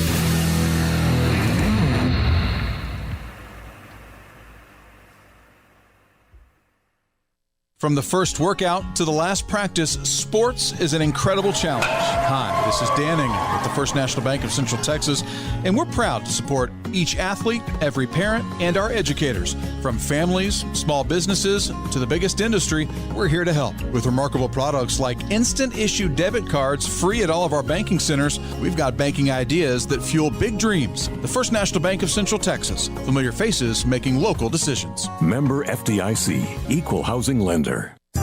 Riverbend Liquor and Wine has their easy-to-access drive-thru open and convenient and clean in-store location on the corner of Lakeshore Drive and North 19th Street in Waco. Riverbend Liquor has the best and most extensive variety of craft beer selections in Waco, and Balcones Whiskey, including single malt, pot still, baby blue, rye, brimstone, and the all-new Lineage in stock. Riverbend Liquor and Wine, family-owned and operated, and a hidden gem in Waco on Lakeshore Drive and 19th Street. And find out more on Facebook and Instagram. Southwest Sports Medicine and Orthopedics, the team physician of Baylor Athletics. Our doctors specialize in the diagnosis and treatment of any and all sports-related injuries. Celebrating over a decade of service in Central Texas, our doctors are equipped to handle a wide range of issues, whether it's your foot or ankle, orthopedic spine care, your hand or wrist, knee and shoulder pain, or if you're in need of our arthritis or total joint clinic. Come see us at the new Baylor Scott and White Ted and Sue Getterman Sports and Orthopedic Center. Trusted doctors at Baylor Trust, Southwest Sports Medicine and Orthopedics. Our goal is to get you back in the game. With more than 160,000 alumni worldwide and counting, the Baylor family is growing. And through the university's expanded Baylor alumni program, the family is growing closer. With hundreds of local volunteers planning events in cities and towns around the country, you can gather with fellow Bears no matter where you are. So, get connected, get something started, get involved, and make plans to get together with Baylor alumni. Visit us at baylor.edu/alumni. Boozers is the wedding ring store and more. If you're ready to get engaged or already married and want to upgrade your wife's ring for a special anniversary, Boozers is the place to go. With the largest selection of premier quality diamond engagement rings and wedding rings in Central Texas. They have 7 cases with over 300 styles of rings from top designers like Natalie Kay. Choose from yellow, white, or rose gold, plus beautiful top quality loose diamonds. With an in-house jeweler, they can also custom make anything you want. Bring in a picture or drawing and let Boozers create your one-of-a-kind pendant or ring. They can even use some of your old gold and diamond jewelry to create something new. At Boozers, you'll find a great selection of quality timepieces, and Boozers is the place for expert watch maintenance and repairs too. They specialize in expert Rolex watch repair for fine jewelry, watches, custom work, and more. Go to Boozers on Valley Mills and Lake Air Drive in Waco. Boozers, the wedding ring store and more. Welcome back to Up Tempo on SicEm365 Radio. As there's a drive in a deep left field by Castellanos, it will be a home run. And so that'll make it a 4-0 ball game. Now back to the Bears Den with Drake Toll for a Baylor take on your lunch break.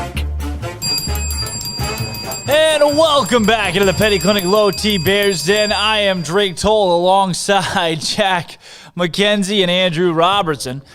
It is celebrity birthdays today. All right, guys. Celebrity birthday number 1. This guy's got a big old nasty birthday today. How old is George Clooney? Old. Okay. I'm going to go with 72. Okay. Ooh, 79. No, that's too old. George I Clooney, would hold it. 60. Yep. George Clooney. Yes, I knew it right after I said I don't it. know. How old's Meek Mill today? Free Meek. 29. 28. 34. Suck it. How old's Chris Paul? Chris Paul's old now, I feel like. He's been around in the league forever.